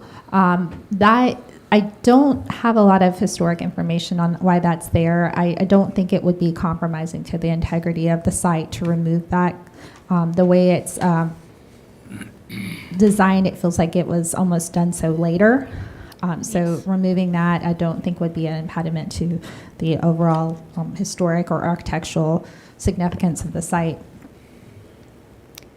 I do have one question for you, Amanda, Sure. on the comments. So just to clarify on that, the existing opening that is currently there with the doors, are you saying you would want us to keep that door opening versus the one on the right, that's sort of the look of it? No, Or my the other? comment would be to keep the appearance as existing of the current door and don't change it to look like this. And then my recommendation to the commission would be if it were to entertain adding a new door, that we do it more in keeping with the historic configuration as opposed to the proposed configuration, which Yeah. is a bit more contemporary. I think that door, and we will verify it or not, but I do think that might have been a later addition, like I- the 1997. I would Yeah. think so. That's- I don't it think is. that's the historic configuration. That's what I think, and Yeah. I think Mr. As in Ch- added in the 90s when Mr. Leahy purchased it? Maybe. Yeah, we'll maybe. verify that to make Okay. sure, but that's what we But think. there are a lot, Mr. Chair, I believe there are a lot of historic pictures of this building. So if there could be some, take a look Yes. at historic photographs. I don't know if you all have met Rick Warwick, but he's our county historian, and he would be a pathway probably. And I do know that there's a wealth of them inside the building itself. So I would just recommend doing less changes if they're not substantiated through historic documentation. And new changes should be in keeping with the historic documentation or in keeping with existing conditions that are to remain. And of course, the new opening changes the facade substantially, I mean, and permanently. Something that in our guidelines, we try to avoid. Is there any other place where you could have an additional opening? I think the opening would need to be on this wall. The depth of this building, as you can see, if you could go back to that plan, is not a very deep building, so we were really hoping to divide it sort of, front to back, and then the tenants would be able to front, this is a more front of house, or onto this courtyard, so that more than one tenant or restaurant would be able to use it. And so I think we would want it to be at somewhere on that face, if possible, to really be able to create that outdoor courtyard and patio. And we really want your input into this. What we see when we go to the factory is that from Liberty Pike and Franklin Road, that's the community's impression of the factory and its parking lot. And how do you get businesses inside the factory outside? How do you bring them to the forefront? How do you make them recognizable? We talked about signage just a minute ago, but the signage was so poor from Mojo Tacos that they had to get a billboard on Franklin Road in order to sign That's true. that there's a restaurant there. These are the hurdles we're trying to overcome. How do we create outdoor dining? How do we create an outdoor experience from the factory when there are no doors, letting these businesses get to the outside. We want the community, we want people who come to visit the factory to engage in a different way on the water tower. How do we do that? When there are no doors that access out to that courtyard. There are these experiences and these spaces that are outside around the factory that are fantastic. They're great places for kids to play, families to gather, but right now they're all walled off because it was a factory. It makes sense that it was walled off. So this is input that we want from you. This is feedback that we want from you. And I think it's important for you to kind of understand some of the background in our design intent and why these decisions are being proposed to you the way that they are. But Yeah, I mean, I understand that the necessity, I really do. I'm just saying that from a historic zoning perspective, that our preference, and I shouldn't speak for everyone else, I guess my preference would be that the front facade not be changed quite that drastically. Of course, again, we're talking about a very unique property. We've approved things related to the factory in the past that go outside the guidelines simply because it is so unique. So I know that's all part of a future conversation, but I was just expressing my opinion about that opening. And, Mr. Chair, I think it's, as they go down the road, it's just going to depend on what businesses are in that particular building. I think I've told Greg before, I've got a child that lives in Lakeland, Florida. They have a place called the Joinery.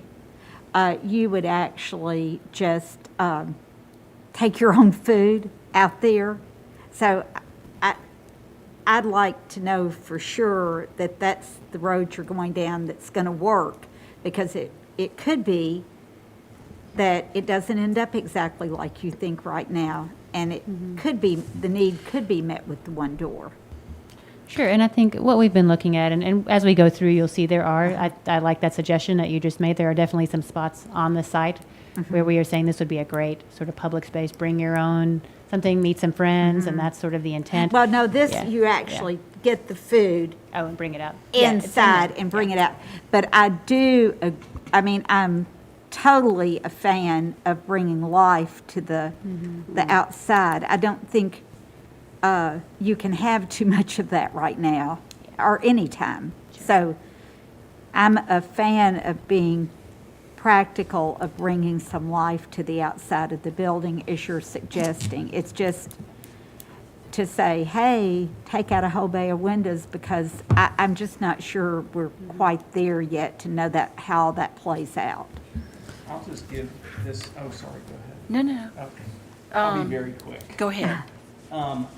Just from a feedback standpoint, I guess when I looked at this in advance of the meeting and then kind of even here, obviously this fronts Franklin Road. And I mean, but it's tucked in behind Building 1. It is. And so my feedback would be, while it's on, Franklin Road, it took me a little while to figure out exactly where this was, because and I've been there many, many times. I was there this weekend with my daughter.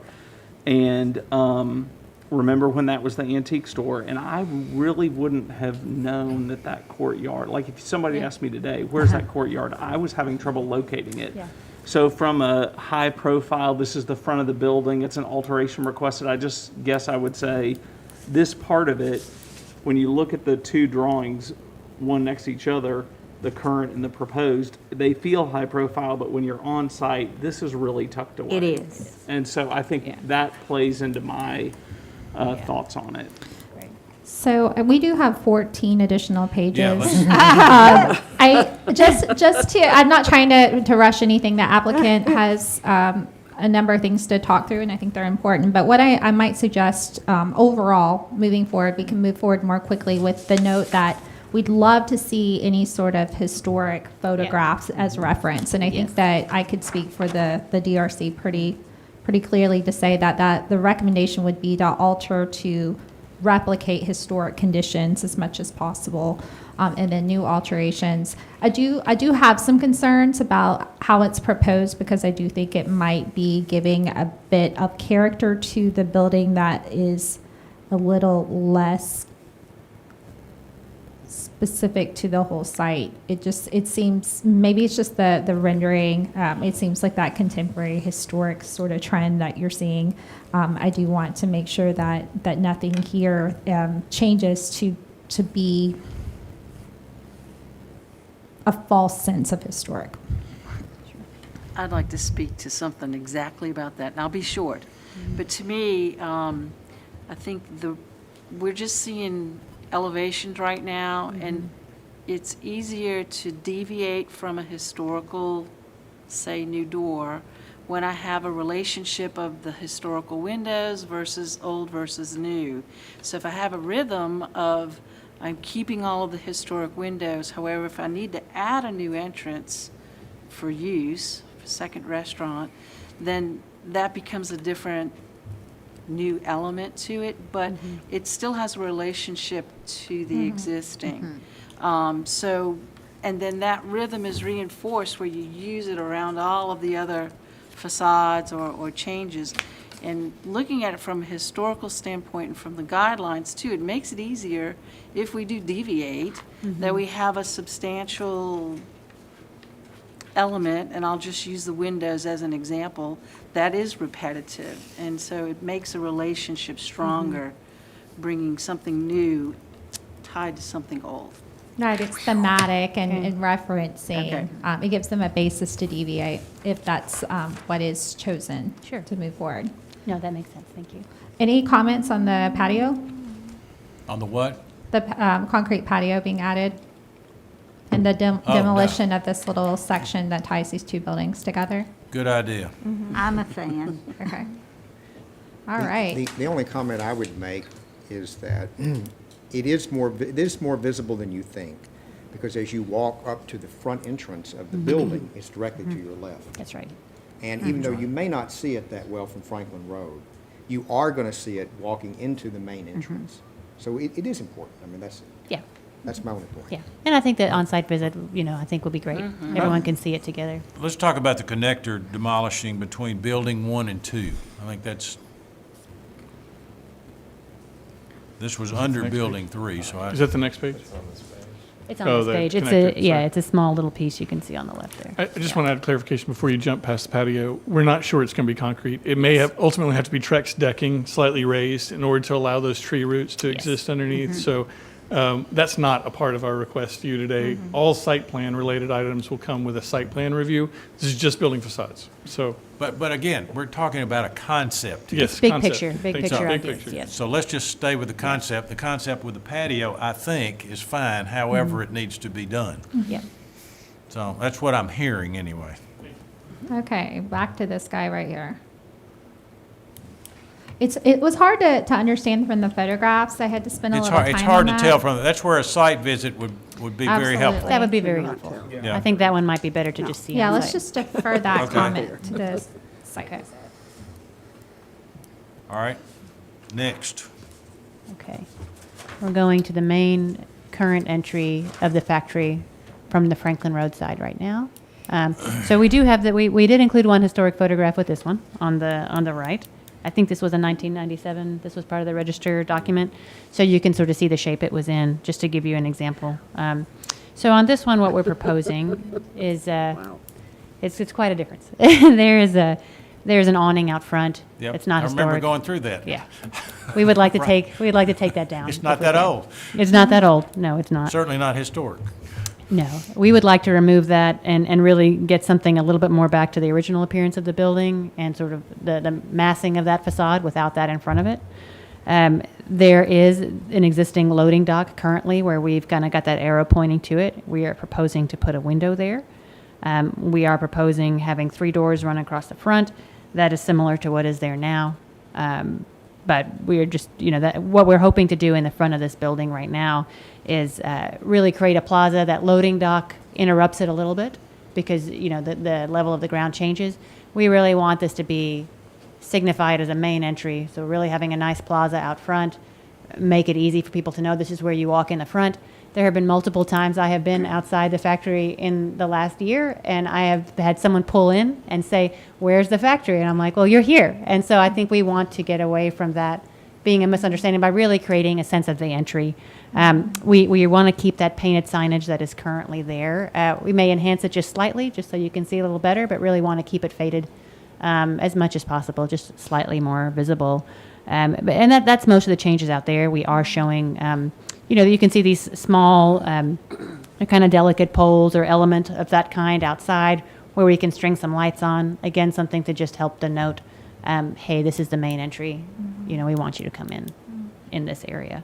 And so our hope is, and you'll see as we kind of go through more of these documents from this point as we go around, just sort of how we create a lot of the ability to come inside and outside and how you connect to the outdoor spaces and the water tower.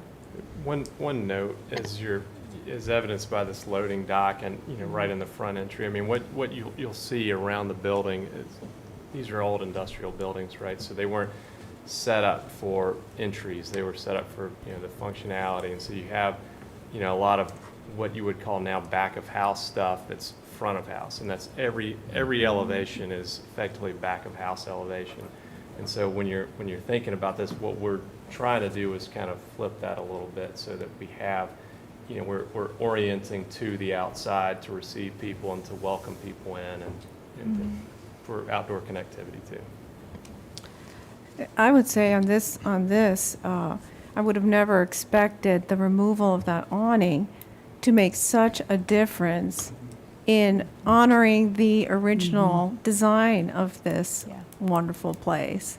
And the way you've proposed it looks like there's an extra entry point there, just one? Yes, just the one. Yeah, and versus what we saw before with that additional entry, this one seems to just go right along with the original design of the building. It's unobtrusive, it's not a drastic change. I think it's a great idea. So just to provide a few staff comments, the removal of the awning is obviously appropriate. The maintaining of that existing awning that goes across the front, it just gives it a whole new presence, like Ms. Marquardt said. We'll talk about signage later. Obviously, maintaining this existing and kind of giving it more of a visible but ghosted appearance is fantastic, and I'm quite excited about that. Most of these storefronts, as Mr. Smothers mentioned, are newer because they were added to accommodate a new use. You can see that they're just like a raw colored aluminum, and actually going through and changing those out to a color that's more in keeping with the color that you would see on the windows above would be ideal. What I do want to encourage the commission to think about, though, is in the loading bay, which I did tell Mr. Smothers I felt would be appropriate to replace to a window, but maybe keep the opening the way it is and just have the window clearly like touching the ground and have the same proportion as the loading bay. And you can always point out with signage, hey, that used to be the loading bay for the factory. And then, follow suit on the other side. There's a window that's already there that kind of matches the loading bay dimensions, and just put that, replace that window to match so that it is still symmetrical, but is still honoring the existing window openings. The way this is done now, you're going to have to brick in on the bottom, and I think we should try to avoid that. Adding this new opening here, I honestly, I don't know what that window is behind. I should have looked to to prepare for the meeting, but we would want to keep any historic window if possible, but I do understand the applicant's intent here, and I think that's something we can look at more closely at the site visit. All in all, I think this is really sensitive to the historic facade. This is probably the most important facade of all the buildings that we'll look at today, and I'm very excited to work forward with the applicants on it. All right, comments? I just want to make sure I understand that where the loading docks used to be to the right and the left of where the entrance is today, that those are modern. What's there now is modern. Right, yes. And we don't know how much that's been altered since the factory became the use that it is currently doing? That's a great question. I don't know how modern they are, but infilling brick on a front facade just seems very scary to me in terms of matching. I think matching the existing dimensions and just trying to be symmetrical with the existing dimensions might be the easier route than infilling brick, especially on this facade that has this amount of age, as you can see here. That is just my recommendation. But I think your point is very well taken. Mr. Chair, this was a tax credit project back in the day. And so the interpretation of even though it didn't have historic zoning, the interpretation of the Department of Interior's guidelines was adhered to because of the tax credit. So it was best practices at the time. Not that they don't evolve, but. That's true. As far as the loading dock on the right side of the main entrances, it's a garage door. It is. A rinky-dinky kind of garage door. The one on the left is a true loading dock. See that garage door right here? Yeah. And then there's another aluminum, to the right of the garage door is another aluminum, non-historical door entrance. I think there's a lot of opportunity here. I do have a question. It's just hypothetical. So let's say that the board will lean toward what you're proposing. And that means that you're actually adding that third entrance, what I call the third, to the left of the Yep. front, what I'm going to call the front door. Yep. And at that point, it shows another window in the same kind of configuration as the originals. Would you use the original window to put to the left of that door? Is that what you're proposing? I think if that would work, we would Yep. definitely do that. I think anything we could salvage, we would salvage. I think we would have to get into the details to make sure we could do it. I know that you don't contemplate interior, but the mezzanine level that is right over your head as soon as you walk in these front doors today is going to be removed. This is going to be an open Oh, wow. all the way back to where Mojo Tacos is. So when you walk in these three doors, that's your experience of the factory Yeah. going forward. I know that you don't contemplate interiors, but I think helping kind of understand how it goes from exterior to interior is important.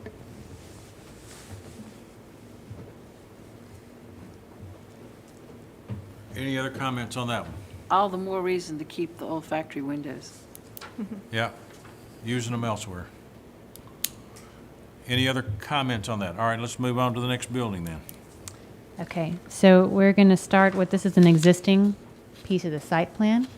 I don't know if we want to go to the front to just orient everybody where this is. The water tower is right there. There you go. And Yeah. we approved at one time Yeah. a similar development to what you're talking about. For all of you who weren't here, we did that. Yeah, okay. Yeah, that was before the previous owner Okay. even, I think.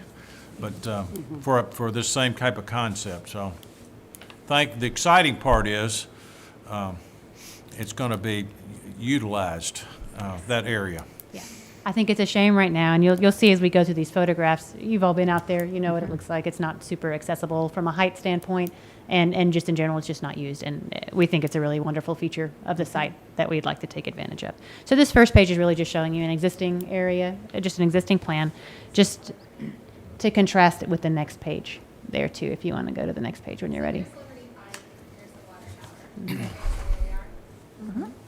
Which looked wonderful at Christmas. It did, yes. Thank you for saying, it really did. Okay, so this next page is showing several things we're proposing. So under the water tower, you'll see seating, and what you can see to make that seating accessible, because right now there are retaining walls around it, and it's really hard to get to it, is we're going to create some stairs that you can walk up and really access that space. Really make it really inviting from the parking, from all the other outdoor areas, so that this is kind of the place you really want to be when you're there. There's a little restaurant patio on the other side of that, close up against the building. Amanda, there's on either side there.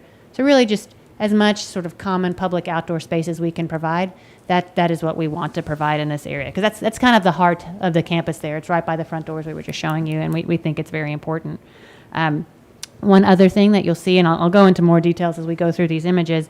So this is where Amanda mentioned the demolition. So this little section right here, there's currently a garage there. And we are proposing taking that garage down. And the reason we want to take it down, if you've seen that when you walk up, it's kind of tucked in there. It's almost feels a little out of place when you're walking through there, but that garage is there, and it's got a large sort of parking pad in front of it. Right at the heart of the campus around that water tower, which we think is not the best use of that space. But for most of you, I think, you know who Ken Means is inside the factory, who has the space that makes the carousel animals. They're really beautiful. And I think one thing we've really wanted to do on this site is how can we incorporate a carousel element? Really kind of at this heart of the campus, right next to the water tower, kind of what we're talking about, making this a place for families and really integrating that into the life of the factory. And what you kind of see as you go further down the page here on the site plan is another big thing that we're hoping to do. I know Holiday's been working very closely with the farmers market. You all know where they're located now, toward the rear of the site. And it's a wonderful farmers market, and we think it would be even better if we could incorporate it a little bit more with the actual factory as much as possible. They're a little bit separate from that, and we think it's such a great farmers market. We want to incorporate it with the factory as much as possible. So in this scenario, we're showing ghosted in here where the farmers market stalls could go on Saturday when they are there. The ones that Amanda is highlighting right there across the front facade there, those are actually a little bit more structured, where they would have something more covered. The rest would be the stalls. The ones that are more structured, we found out from some local individuals and from your library here helped us find some images about the history across the street with the Truett Nursery and the greenhouses that used to be there, and it was a nursery for many years, and we found some old pictures of it and really thought that was pretty wonderful that was there, because that was a great way to really pay homage to that site, as well as this is the farmers market and greenhouses, and how do we incorporate that into the factory. And so that's kind of what we're showing on the street frontage. I'll show you some 3D images here in a minute, but we love the idea of really creating some street frontage on Liberty Pike, engaging Liberty Pike a little bit more for the factory as you come in, and then again how the factory can then engage, how the farmers market can then engage with the factory, this carousel, all the outdoor seating areas. It just would be a pretty wonderful place when that's all going on. And what we're proposing, Greg had mentioned there would be some site plan updates that would come. You can see that's happening in this parking lot out here. All of that would need to happen. But our hope is on the Saturdays when this happens, either end of this would be blocked off. You can park in the Franklin Road side. You can park on the side on the end close to Liberty Pike, and then this really becomes a big pedestrian experience right sort of in the middle of the factory. And so if you want to go through the images, Amanda, you guys can get a better idea of what we're talking about. So this is the factory seating. The left is kind of showing, largely what's there now. You can see the garage behind the water tower there, and then you can really see it in the photographs below. The image on the right is showing how we would propose to access underneath the water tower with seating. A restaurant patio to the left, we've designated that as a restaurant area there. And then you can see a new building that would be large enough to house the carousel where the current garage is right behind that. The next page will start showing you some better images of that building. If you want to go to that next page, Amanda. So to interrupt just real quick, just to add a little bit to the confusion, we're asking for a certificate of appropriateness to demo the garage building. Yes. Mm-hmm. We would like to eventually show you a new structure that would contain a carousel. This parking lot configuration that you're seeing is very, very similar to what was approved in the original PUD in 1997. It wasn't built like that, though. Today, we have a new zoning ordinance, and for us to receive approval on the parking lot, as we've shown it to you in these graphics, we need a Board of Zoning Appeals approval. Then, after Board of Zoning Appeals, we need to come to you and ask you for your recommendation to the Planning Commission. And then we need to submit a site plan and go to the Planning Commission for approval. There's multiple steps in order to get this parking lot designed for the factory. So I don't want to be confusing. I'm not asking for your approval of the parking lot today. It's going to have to be another step. So sorry, this is kind of a web that we're weaving, but I hope that now you're starting to kind of understand the complexities of what we're looking at. Taking an old ordinance that was approved in 97 and then trying to morph it into something that's in 2022 is a little bit problematic. It's got a lot of little loose strings. And so The farmer's market's really excited about this location. It actually opens them up to 2 parking lots now instead of 1. Instead of taking up 175 parking spaces that could be allocated for other businesses, which they do today, it would only be about 80 parking spaces. There's more pedestrian space for them to utilize in this new location. And they're tied in now to where all the businesses are in the factory. They're not stuck on the back end. There's a lot of benefits to rethinking how the farmer's market works. We also don't put pedestrians right in the middle of where the traffic patterns are. We're moving them out of the way. We're able to close this off, let it be a part of the pedestrian connectivity of Liberty Pike. So a lot of benefits to it. But I can't tell you that it's been 100% thought out. We've got a lot more to contemplate. So. And this, again, like we said, we thought it would be helpful to show what's our big picture re-envisioning over time, and we know there's multiple steps to get there, but didn't want to show you piecemeal when there's the big picture overall to see what our ideal situation would be. A couple other points on the farmer's market. Amanda, would you mind showing the overall site plan and just to see how it works in context? Mr. Chair, before we move to that, Yeah. may I go back to the garage? Yeah, I think we need to talk about the garage. Since that's what's asking us to That's demo. for us right now. I mean, that's the, What is the history of Yes, that garage? that's my Is it a question. historic structure? Is it modern? So I know what it's been used in the past for. It was, Mr. Lehue had built an apartment above it. yeah, So he yeah, was yeah. using that as a 2-car garage. Yeah. So Yeah. he had installed 2, aluminum overhead, coiling doors, garage doors. So that's what's there now. Yeah. The overall structure, I believe, has been there for a long time. We do have some old photos from the mid-'90s. That was part of the submission to the National Registry, and so we can go back and we can share all, that's public domain, but we have those and can make sure that you all have them too, so we can research that.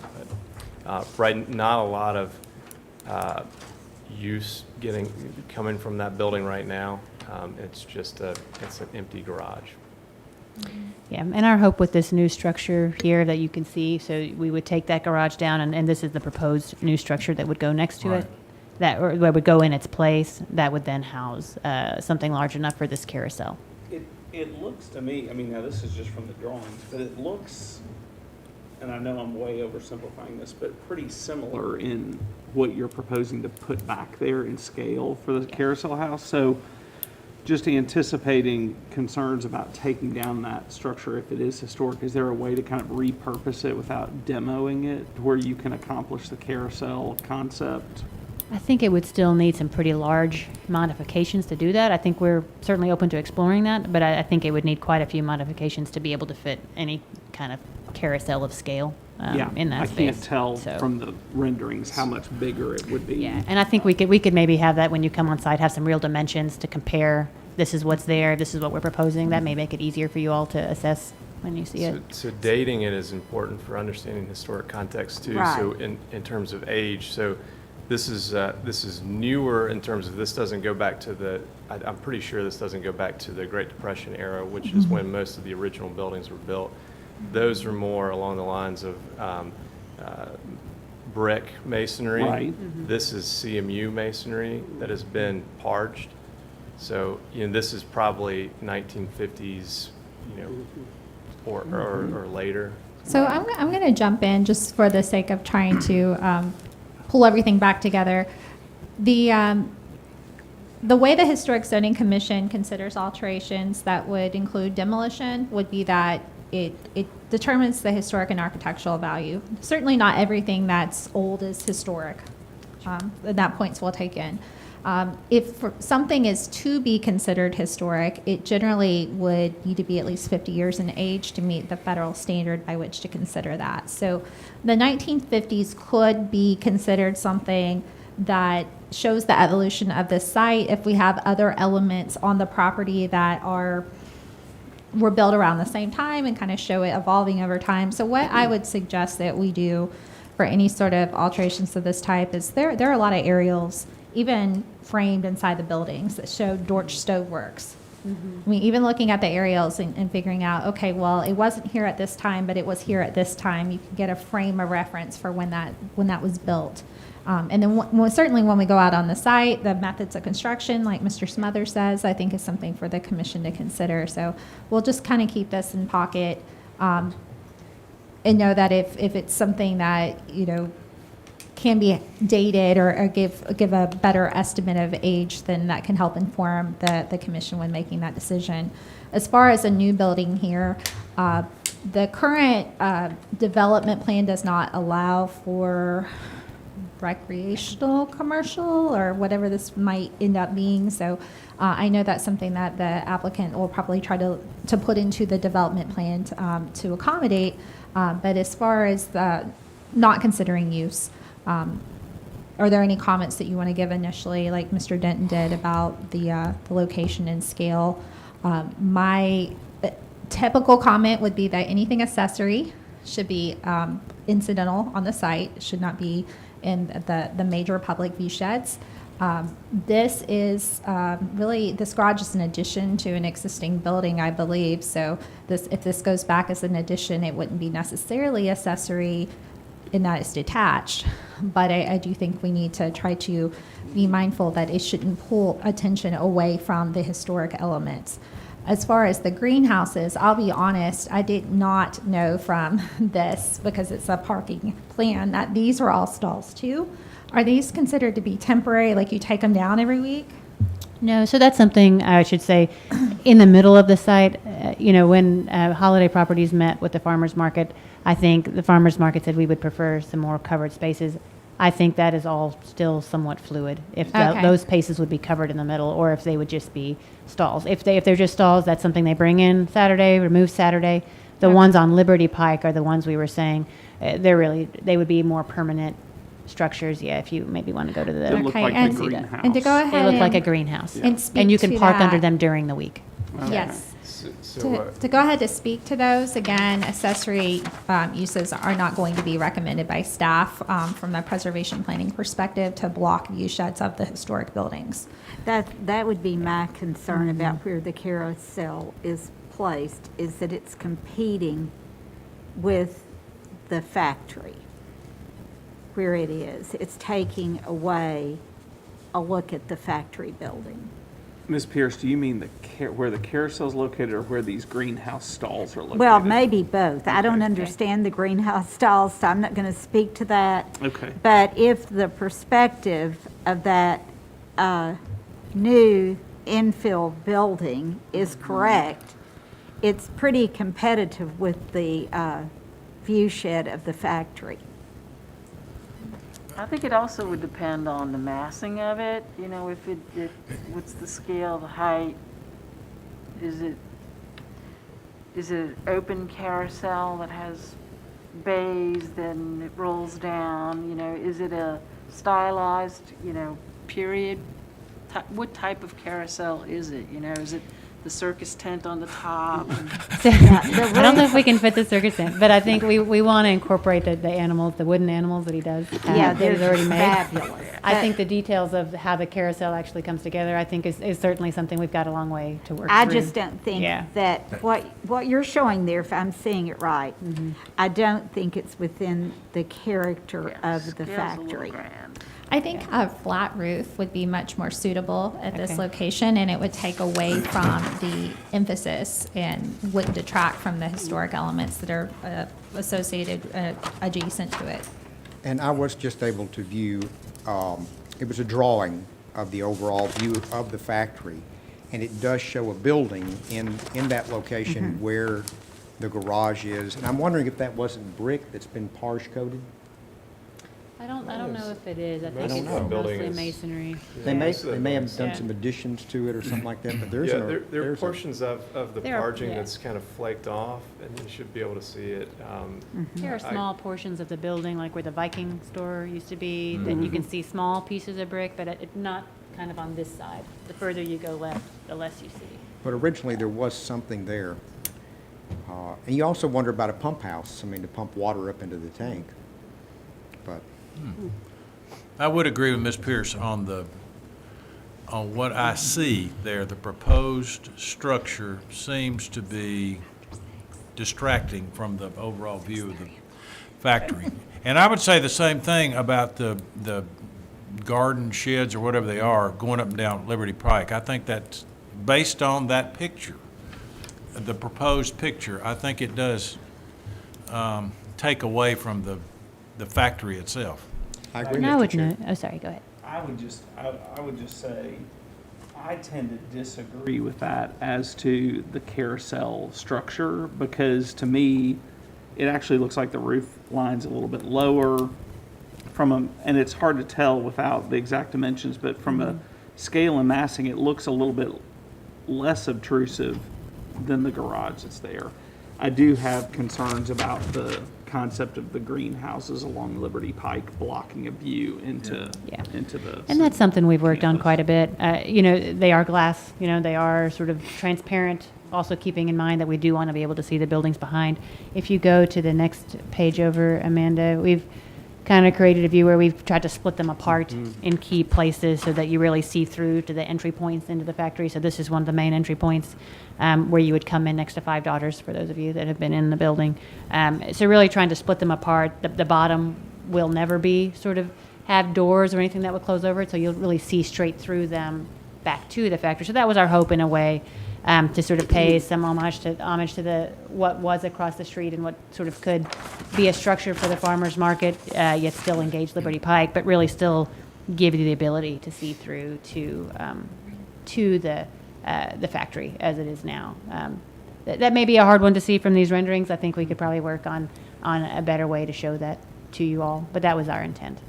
This is a little bit form following function too, and working with the farmers market. So we really want to retain them and find a good home for them. And this is a great spot because it's central to the overall development. A lot of synergies between the existing buildings, existing tenants. Pedestrian connection on Liberty Pike is very distinct. But they need a lot of their farmers, and these folks have been here for a long time, and the farmers market has spent a lot of time cultivating that great base of farmers, which makes it one of the best farmers markets I've ever been to. But they do need a lot of shade too. So about half of the tenants are under existing shed in the back, and this is just an old wood shed, right? But so it's very, very important for most of them, and the ones that aren't in want to be in, and so they're kind of clamoring for that. So when we met early on with the director about this concept, that was the right away the feedback is great, love the location, we want to be here long term too, but how can we put people under some type of structure so that they have shade, and so that's the intent. And we've worked through a scenario where we think that we can we could live with it too, right? And it looks nice, and we could deal with it throughout the rest of the week when it's not being used as a farmer's market. But So a question on that, could you consider like a location that's more in the back? Yeah, that's. yeah, well, that's where they are now. Kind of on that But back along side? Liberty Pike, I think isn't that where you're headed, Brian? Well, You mean I was more thinking- along the Maybe railroad? Maybe right in the middle. Or back toward, I guess, the property that would be north. Not property, the property that's north, kind of in that corner. Let's see, on this site plan, let's look at this where you all are thinking. There. Brian, is this what you mean right here? Yeah. Yeah. Kind of more in that area.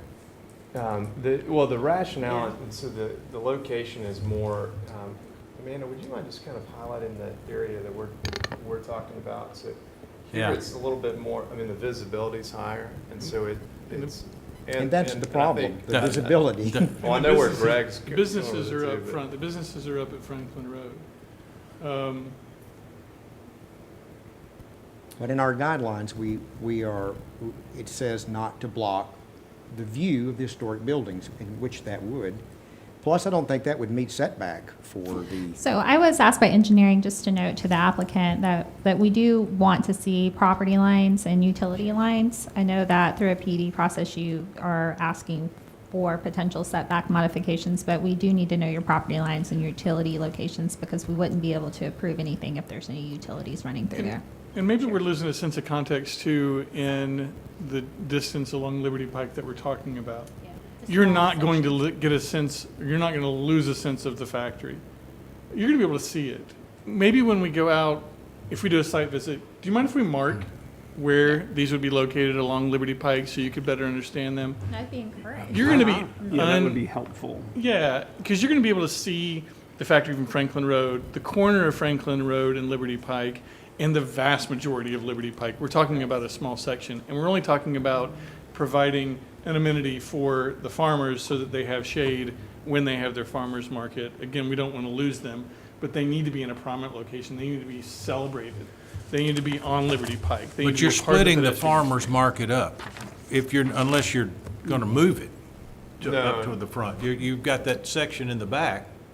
No, this would be relocated. We're saying relocating. You're the back. relocating the whole thing. The whole thing would come to the middle. See, they're so disjointed from the businesses that are in the factory today. Nobody goes inside on a Saturday morning. Yeah. Nobody needs to. And They're going to the farmer's market, which is in the back, and they are hidden. They need to be brought out in the front. We've got a brand-new pedestrian system from downtown Franklin to the factory.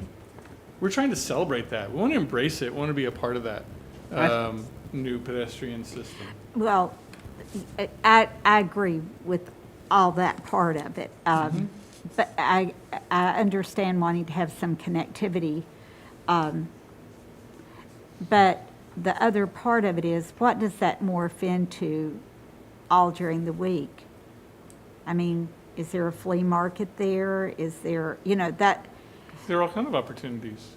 yeah, that's another It could be, consideration. And I guess when we look at it on site, but I also think some modeling that shows it. Yeah, we can do that. Yeah. I think something that'll make this a little bit more clear, and I think what Greg was saying, understand the extent of where it is. And it may help to just sort of almost have a, as you're driving up the street, I'll see this, I'll see this, I'll see this, all the way around. I think that would probably help all of you understand And I what think was some happening. Actual photograph, I mean, the renderings are Yeah. great, but I think sometimes you get lost in the renderings and you Sure. can see what it actually looks like. Like, Yeah. here's a picture of kind of what we're thinking, because, with the renderings, the glass, you may be able to see more of the factory But- through Yeah. the glass in Yes. real life. So actual photos of an example. Yeah, Yes. of an example. And these are not, these don't appear to be tall structures, but I They're know not. that on other site visits, But they- there's also that other side. And have you studied if it could be there? What other side? Which other side? The the north north side. The north side. Or in front yard. I think there's a lot of creativity that could go into this. Yeah, I do too. like We're bait. altering the historic context of the site. And I think for our guidelines, that's our issue, Sure. is altering that historic context. Somebody was suggesting the north side, almost like where the Mojo's parking lot Yeah. is now. I mean, but Oh, I think for the farmer's market, losing their visibility that they currently have at the rear of the site, I think would be problematic for them. Do you? And Yeah. that's, I think, why we didn't That really may go be- there. It wouldn't work. It was more about the connectivity, the visibility, seeing the vibrant market day. We yeah. want to make it more visible, not less. That, I get that. The question about the flea market, we would certainly not do a flea market. This would be very, what would be programmed in these spaces would be very, we would be very involved. Yeah. Curated is a great word. It would have to be very specific. I mean, certain ideas, like a holiday market's a really good idea of what this could be. And obviously, it wouldn't conflict on farmers market days, but it would be something that could happen, seasonally. And we have some good precedent images that we can share too of what we were thinking with the greenhouses, but we're another holiday market that we had seen. And during the Pilgrimage Festival, it could be the food hall, outside of the festival itself. There's so many different programmed elements that I think would start to engage our community and this neighborhood in a different way. So just to clarify the process, I know Mr. Gamble's done a really good job throughout that. This is going to be with the development plan a preliminary HCC recommendation to the FMPC and BOMA for any of the new construction, because it will affect the entitlements on the property. So all the alterations that are proposed on the facades, like the windows and doors, things like that, that all goes straight to you guys. But the things we're talking about right now, you'll have a lot more time to think about. These are things that we'll work through a pretty extensive process to get through, so you don't have to feel rushed to talk about it right now. We'll have plenty of opportunities, right? Yeah, and this, like we said, this is just an introduction. We expect to go on site and provide you more information as we move along. So in the interest of time, I know that was a very important thing for them to bring forward to you, and I feel like you guys got a sense of what they're wanting to do. And they've gotten some feedback, so. Absolutely. We'll just go ahead, Building 12. Okay. and we're going to talk about the things that come to you guys directly. Okay. Here we Okay, go. so does everyone know where 12 is? This is Honest Coffee Roaster, so you see it from Liberty. It's kind of halfway down. Yes. Okay. So not a lot of changes here, but there are a few. And so if you walk into this main entry, you can see on that bottom left photo, there's sort of a wing wall that, if you want to look at the far left photo there and point to that wing wall, yes, right there, that is currently there.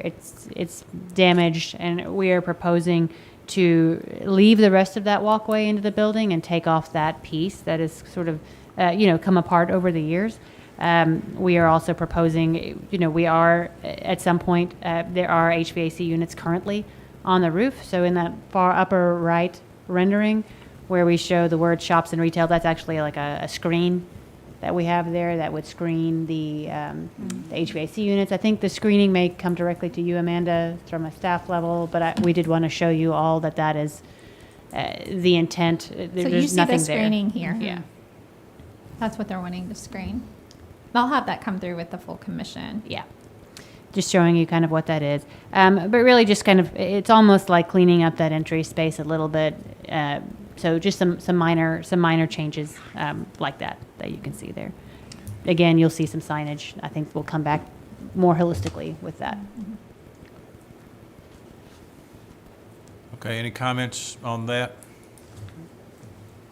No, it looks like an improvement from this perspective. The only question I would have, so I'm assuming metal again for the screen of the HVAC equipment? Yeah, we haven't settled on a material. I would Yeah, that's assume just- it'd so, all be but the yes, same. I It'd be think, yeah. consistent Yeah, throughout the whole yes, thing. Yeah. That was my only question. Are there solar panels, not on that part, not that far back, are there? Not on that section. Yeah. They're on the next, you can see it on that bottom, that middle picture on the second one. There you go. There you They're go, on the Amanda. higher She's showing roof. that. There you Yeah. go. The lower roof has been a Gotcha. mechanical roof. All right, ready to move on? Yep, move on. All right. This next one is a similar proposition to what we were saying on Building 3. This is, again, another really great outdoor space outside of Building 12, close to where you would come into Liberty Hall, which is the event space. It's pretty closed off right now, and those Yes, it tenants, is. those tenants do not have access to that space, but it's a pretty wonderful space if you happen to wander through it. So again, what we're proposing here, you can see in these photographs, the image on the left, sort of what's there. Image on the right is, I think, based on the discussion we had previously, is really taking out 2 windows and putting in 2 door openings so that those tenants would have access to that courtyard. So very similar to what we were saying on Building 3. What building number is this? This is 12. We may want to look at this one on the overall site plan because it's kind of tucked. Okay. So you Building see 12 is kind of very here, long. It's in that little courtyard that's Yeah. created between this building and 12. So I'll go back to the, It's right behind another building, Building 14, which is what fronts Liberty Pike. so you see right here. Yeah. Yeah, So- so it doesn't have super high visibility in some No. locations. Right, I was going to say, from my view, that would not be visible from Liberty Pike at all. No, it's hard to see from Liberty Pike. Right. So as far as staff comments go, I do support adding new entrances at this location. I think that's an appropriate and lesser visible location to add those. There is some lighting proposed, and we can look at those as we have more information. And I think that was it, Gina, right? That's really it on this one. All right, window man. No, I just have a question, and this question goes to staff, and that is on the previous comment on one of the other sections of the building, was that this looked a little modern industrial modern, and so in keeping things consistent throughout the entire building, do you support it, that look on this side? I believe the applicant is intending on keeping the general look of the existing windows, correct? Yes, that's the intent. Well, I'm talking about where the new entrances are. So you would have to Entrances. take all those windows out and add something in. Yes. That would be, prefaced, of course, to Mr. Laster's point on the windows being really in keeping with the style that you have currently here. My only point is that if we're keeping for consistency Right. to the building when your entrance that was to the left, I don't know what building that was. That was 3. That was number 3? Well, I mean, I'd like to see them have some consistency throughout.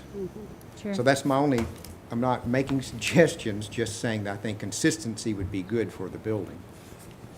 I agree, and I think what helps the applicant most right now, honestly, is learning where new entrances are acceptable so that they can work toward that continuity. I think that's a great point. Right. Yeah, no, that's great. Again, it's Kathy that mentioned window that. entry Yeah. relationship. And I think the fact that those new entrances are not highly visible, I think that too makes it a very, very likely and useful idea.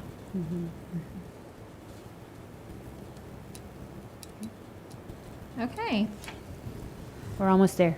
and let me show building 8. That's why I typed in 8 up here instead too. Okay, so building 8 is this building here, Okay. the big building in the back. Gina, are we looking at this angle? I think we're looking at this angle, correct? You are actually at the back, keep going back toward the property right next to Building 9. Oh, We're okay, showing we're multiple that different views of this alley. one. Okay. So we're looking at the alley right now. Okay, so this is the area, for those of you who were there at the time, where Mr. Gamble worked through the commission and staff to place the new walkway Pavement, material.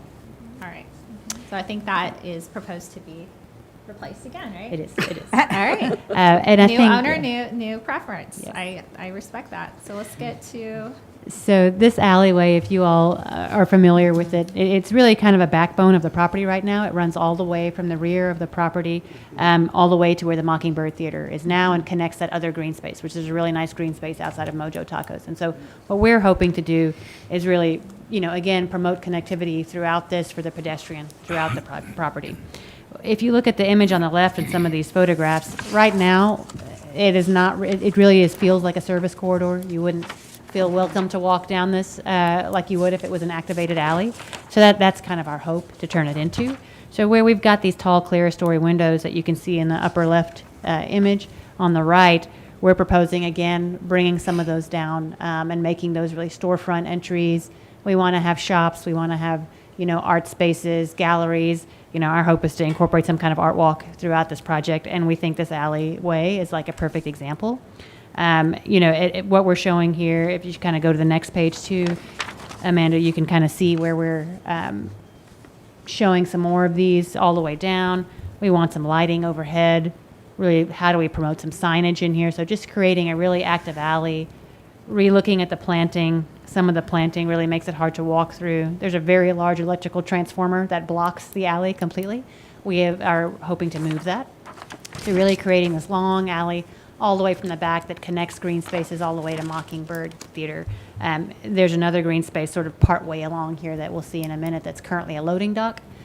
In front of some of the storefronts, we'd like to turn that into a green space and relocate that loading dock. That's the next page. So I know I'm going through these quickly, but I think if you kind of see them all together, you'll kind of see what our hope, well, actually, it's the next page after that, Amanda, my fault.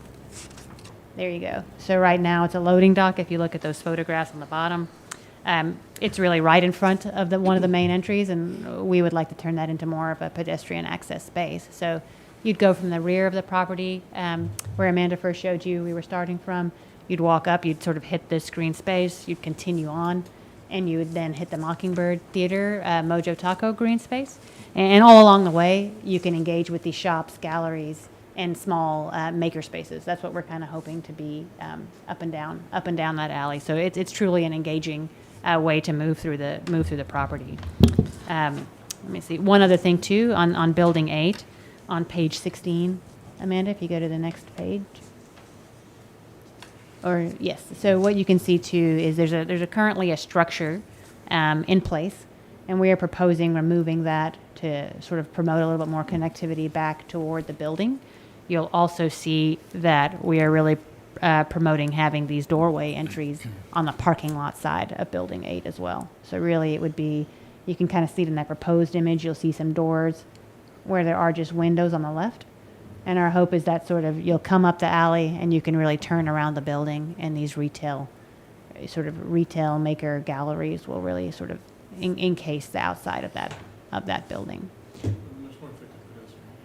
Yeah. Right, yeah. So really engaging to that back parking area where people will arrive and sort of feel like they've come to a place.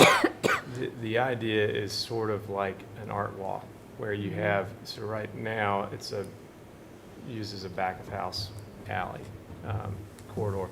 If we are able to engage with it with storefronts, we can kind of create this walkable, connected pedestrian alley with shops, or really it would be artisans and maker spaces is really what we're going for, to create more of an art walk. And then along that, you have these nodes that are kind of these pedestrian kind of patio nodes. So what is now a loading dock would become a hardscape patio, and then obviously the courtyard next to Mojo's would remain as another node on that pedestrian alley. And you can see that last note if you go to the very last page of the presentation. That's the Mockingbird courtyard. So again, you can kind of see that space. Right now, we're hoping to use it in a similar way. We are showing the potential that we might want to hang a screen there at times to have a movie viewing in that courtyard. It's a nice enclosed space where someone could do that. Just a few small things like painting and, some potential signage, which, like we mentioned, would come later. But you can sort of see what it looks like on that proposed image. As you look down the alley, there's some seating there. There's some overhead sort of lighting and then things of that nature that really invite you to walk up and down it. So to help wrap up staff comments, and I think we're going to try to wrap up here in the next 5 or so minutes if you guys are able to do that. The alley is obviously the most forgiving place to allow for alterations. So when I met with the applicant beforehand, that's simply what I said. With this being a National Register property, we do want to be mindful of how many holes we're poking to remove, historic windows and historic brick, and try to be thematic about it and very methodical about it, because that is historic material, and we certainly want to lessen the intensity of the changes to the building as much as possible, while allowing for the applicant to be able to use the building in a more functional way. So this is an area where it has less visibility, but I think we need to talk through at some point, to Mr. Laster and Ms. Worthington's point, on how we can be really consistent and cohesive with how we treat those new window and door openings as we go up and down each facade for the whole entire building. So in general, this is supported. I can't say every single opening is something that staff has evaluated, but in general, this page here can be supported. Moving forward, I think that I could say the same for this area of the alleyway. This is a lot of brick to remove here, so we might want to talk through some of this, but ultimately this can be generally supported. I just do worry, again, about losing so much of the historic windows.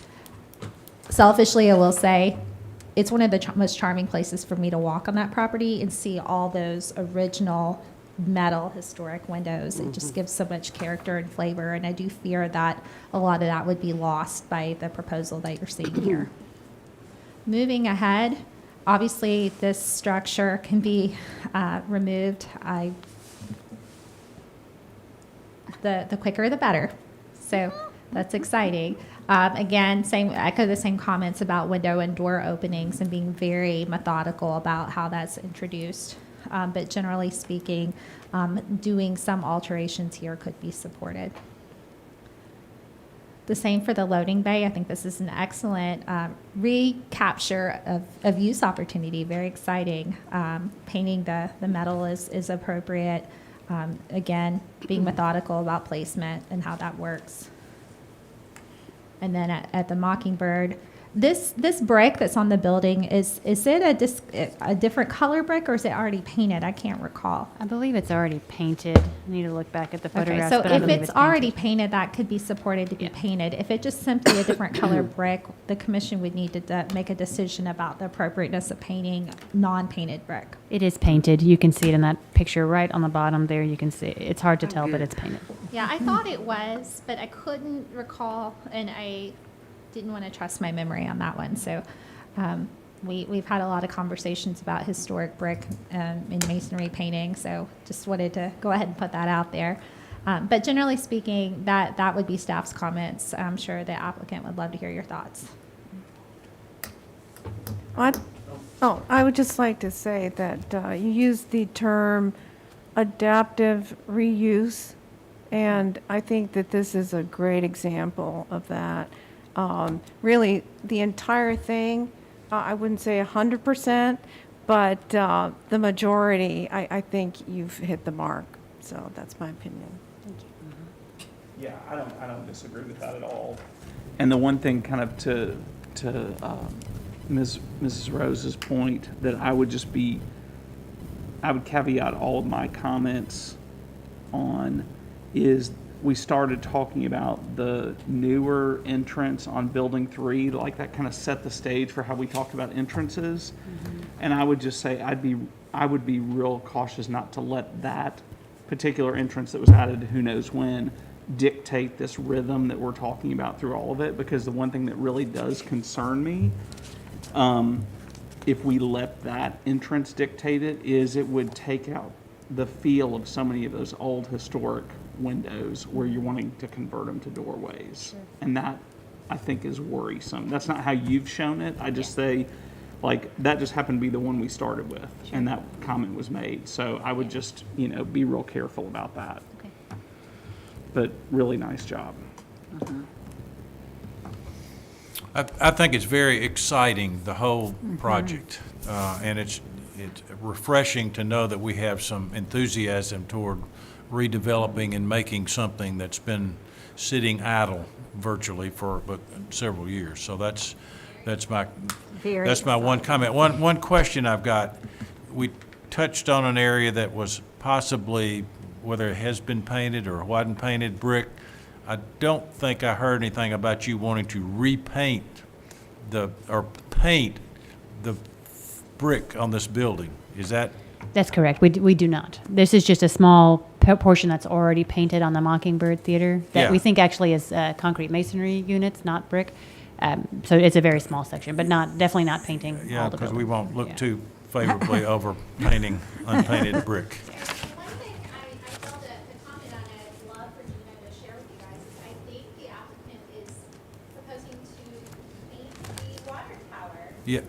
We are, yeah. Greg was just reminding me of that, yeah. So we wanted to go back to what it originally was. Good. And It's know a everybody loves wonderful the green. advertising piece if you just use it right. Yeah, well, then the signage is it's unbelievable. Yeah, Yeah, you taking should that away, have been it's so- present the evening that we heard a gentleman come in and wanting to tear it down. So, Yeah, right. that was- Yeah, no, He I've had an read all the unpleasant news. I'm very aware of it. We've read all about it. No, that is not our intent. This is so iconic, and it's so symbolic for what the factory represents. Absolutely. It's in the imagery. It's in the branding, and no, that's a very important thing. So we're spending a lot of time thinking about that, but we definitely want to have signage on it like it was before with the Leahy's. We want the color to go back to the original color. Yeah.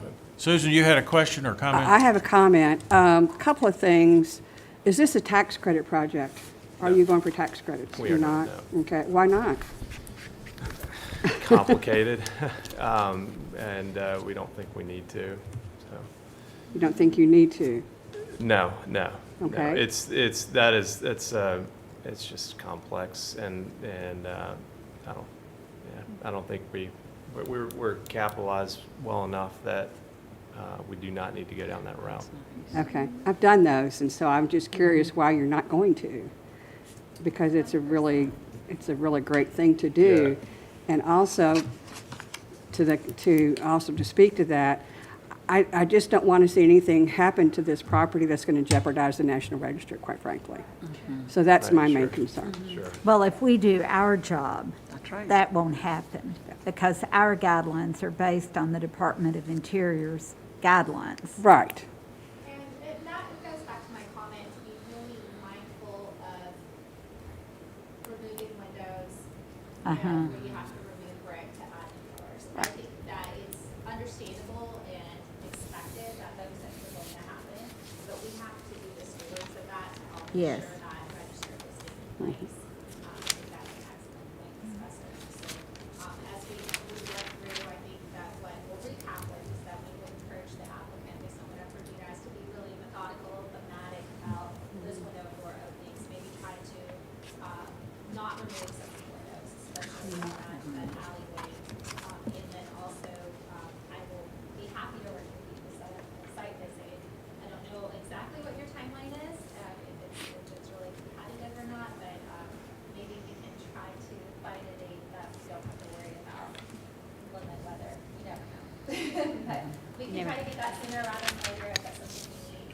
And then we can also work toward, maybe having a special, DRC meeting or a DRC meeting about the signage package in general. What is your, just off the top of your head, timeline? Do you want to? Yeah, I'll add that. We're still kind of working through some details. We do have to go to the Board of Zoning Appeals. We're working on our application now, and we'll be filing as soon as we possibly can. I think if we had a site visit between now and the next DRC, that would give enough flexibility. I mean, it'd be a month to find a time where everybody would be comfortable going out to the property. And then we'll file for the next possible Historic Zoning Commission meeting with these specific items. For, okay. We won't be forced, that way we won't be forced to be on the February agenda, we'll be on the March. Thank you. For March, so you're looking at March? Yeah, For the March. Historic Zoning Yes, Commission yes, yes, voting yes. meeting. Yes, yes. So if we could meet on site, or proposing to meet on site sometime between now and the next DRC meeting, or it could be on the night of the next DRC meeting, whatever makes sense. I think it's going to be a pretty good time. We'll have to spend a couple of hours, probably. Yeah. Yes. We'll definitely work on that. It sounds like something everybody here would want to do. So we'll certainly work on that. Amanda, I am could going we, to ask you all to pencil in February 7th for a special DRC meeting. We kind of reserved January 30th. We don't need that one anymore, but we would love your support for February 7th because what staff would like to do, and I'm digressing a little bit from this item, just since you mentioned special meetings.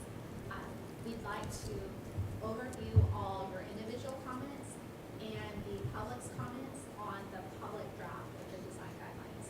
So if we could have that special meeting, that would allow us to keep on track to get that hopefully approved. February 7th? Mary, you'll need to chair that one. Okay. And what time? Four works for everybody. I don't want to change it to be too out of the norm. But I'll email you all, and I just wanted to kind of do a whole right now for you, just a general understanding. That's not gonna be okay. And I apologize, you know, it doesn't work out for you. I can meet with you we're gonna meet this week. We're already set to meet. speaking of special DRC, before the factory concept will come back before HZC, could we have a special DRC after the site visit? That is definitely up to the applicant. DRC is a voluntary process. So if they're open to it, have them come to the February DRC, but before that, come to a special site visit. Yeah. Like Seems after like the that would site be visit. a good concept, because it goes ahead and gets it in the on-site visit, and then, Yeah, I'd prefer to have another session like this, Yeah, as that'd be opposed to a great. voting On-site. session. That'd be great. As a matter of fact, as you can see, there's multiple things that we want to discuss, including signage, development plan, other aspects. It's likely that we might be in front of you every DRC for the next several months. We would really like to try and keep each one of the voting items into its own little binder, so you don't get confused. That's I good. think that's Thank awesome. you. Thank you. So But there's a lot to comprehend in this conversation, so And I think thanks it's for your good if you patience. package it so that it's not like a bill, you know, you tag something you want, but you tag something, you know, tag it together. Why don't y'all work That with works. Amanda, and then she can send out an email about how y'all have collaborated and would like to structure future gatherings. And to that point, do you want to see everything by building? Or would you rather see it by, okay, here's all the new storefronts we want to do, and here's all the signage No. we want to do? Building by building is easier? Yep, Okay. yep. Okay, well then we'll work with that. And I we'll think to approve keep it everything, moving- building by building instead of by alteration type. Yeah. Greg, Well, does but that if sound it's- okay? Well, We'll just do- signage might. But if it's, I Even was for gonna a say, CO, even for a COA with the exception of signage, we can do, if things to be approved, it would be not by alteration type, but by the presentation per building. But we could do Okay. signage as one package, I Absolutely. think. Yeah. Let's get the building details As long first. as building and by then- building, we have that congruency between Right. buildings. Yeah, you'll see an overall and then you'll And see I the think it's individual. easier for the applicant. Absolutely. And for the public to understand, yeah. And just one final comment. I would suggest to the applicant, I understand what you mean when you speak of the carousel, Yeah. because I'm very familiar with the artist and everything related to that, but I'm not sure everybody else is. I think some graphic representation of what it is you're speaking of would be helpful. Yeah. Yeah, that's a great just, some context on that. He's you know, an older gentleman. This has been his career. So these are these are hand created carousel animals. They're or beautiful. wood. Does he I have know. a place in the factory, or He did he does. have one? He does. It's in the front. Yeah. And so Yes. these are hand carved Yes. wooden statues, and so this is his career, and so this is a sort of magnum opus, right, for him. And so what he has all these figures, but what he doesn't have is the mechanism. And Yeah. so For it. the idea That'd be is really that neat. Yeah. this could be a community aspect where you Yeah. could have corporate donations that maybe you buy a figure on Carousel, yeah. on the carousel that helps pay for the mechanism. Yeah, I But think it's- some pictures of his work would be a Sure, good idea. And I do have a follow-up, Ms. Besser, my memory was jogged on the credit, Right. historic tax credit. So I think, so we did look at that early on, that's an accounting piece. I think the overall investment value, or the acquisition value relative to the overall investment value is where is the linchpin. Right. And the acquisition price Right, was and yes, and very then you have, high the numbers have to work. relative Yeah. to the, so. Okay, thank you, I appreciate that. Okay. And I did want to say, I love what you're doing. I'm very excited about it. I think the factory's been so underused, and it's really been a shame, so congratulations. And you guys have thought through this to get it to this stage tremendously. I mean, it's just, a lot of time and effort has Yeah. been put in it to get it right where it is Well right done. now. So congrats. Thank you for your time tonight. Yes. Thank you all, we appreciate it. Thank you. Thank you. All right, motion to adjourn. So moved. second. Stand There you and we go. are adjourned. Thank you again. We did well to do it this time.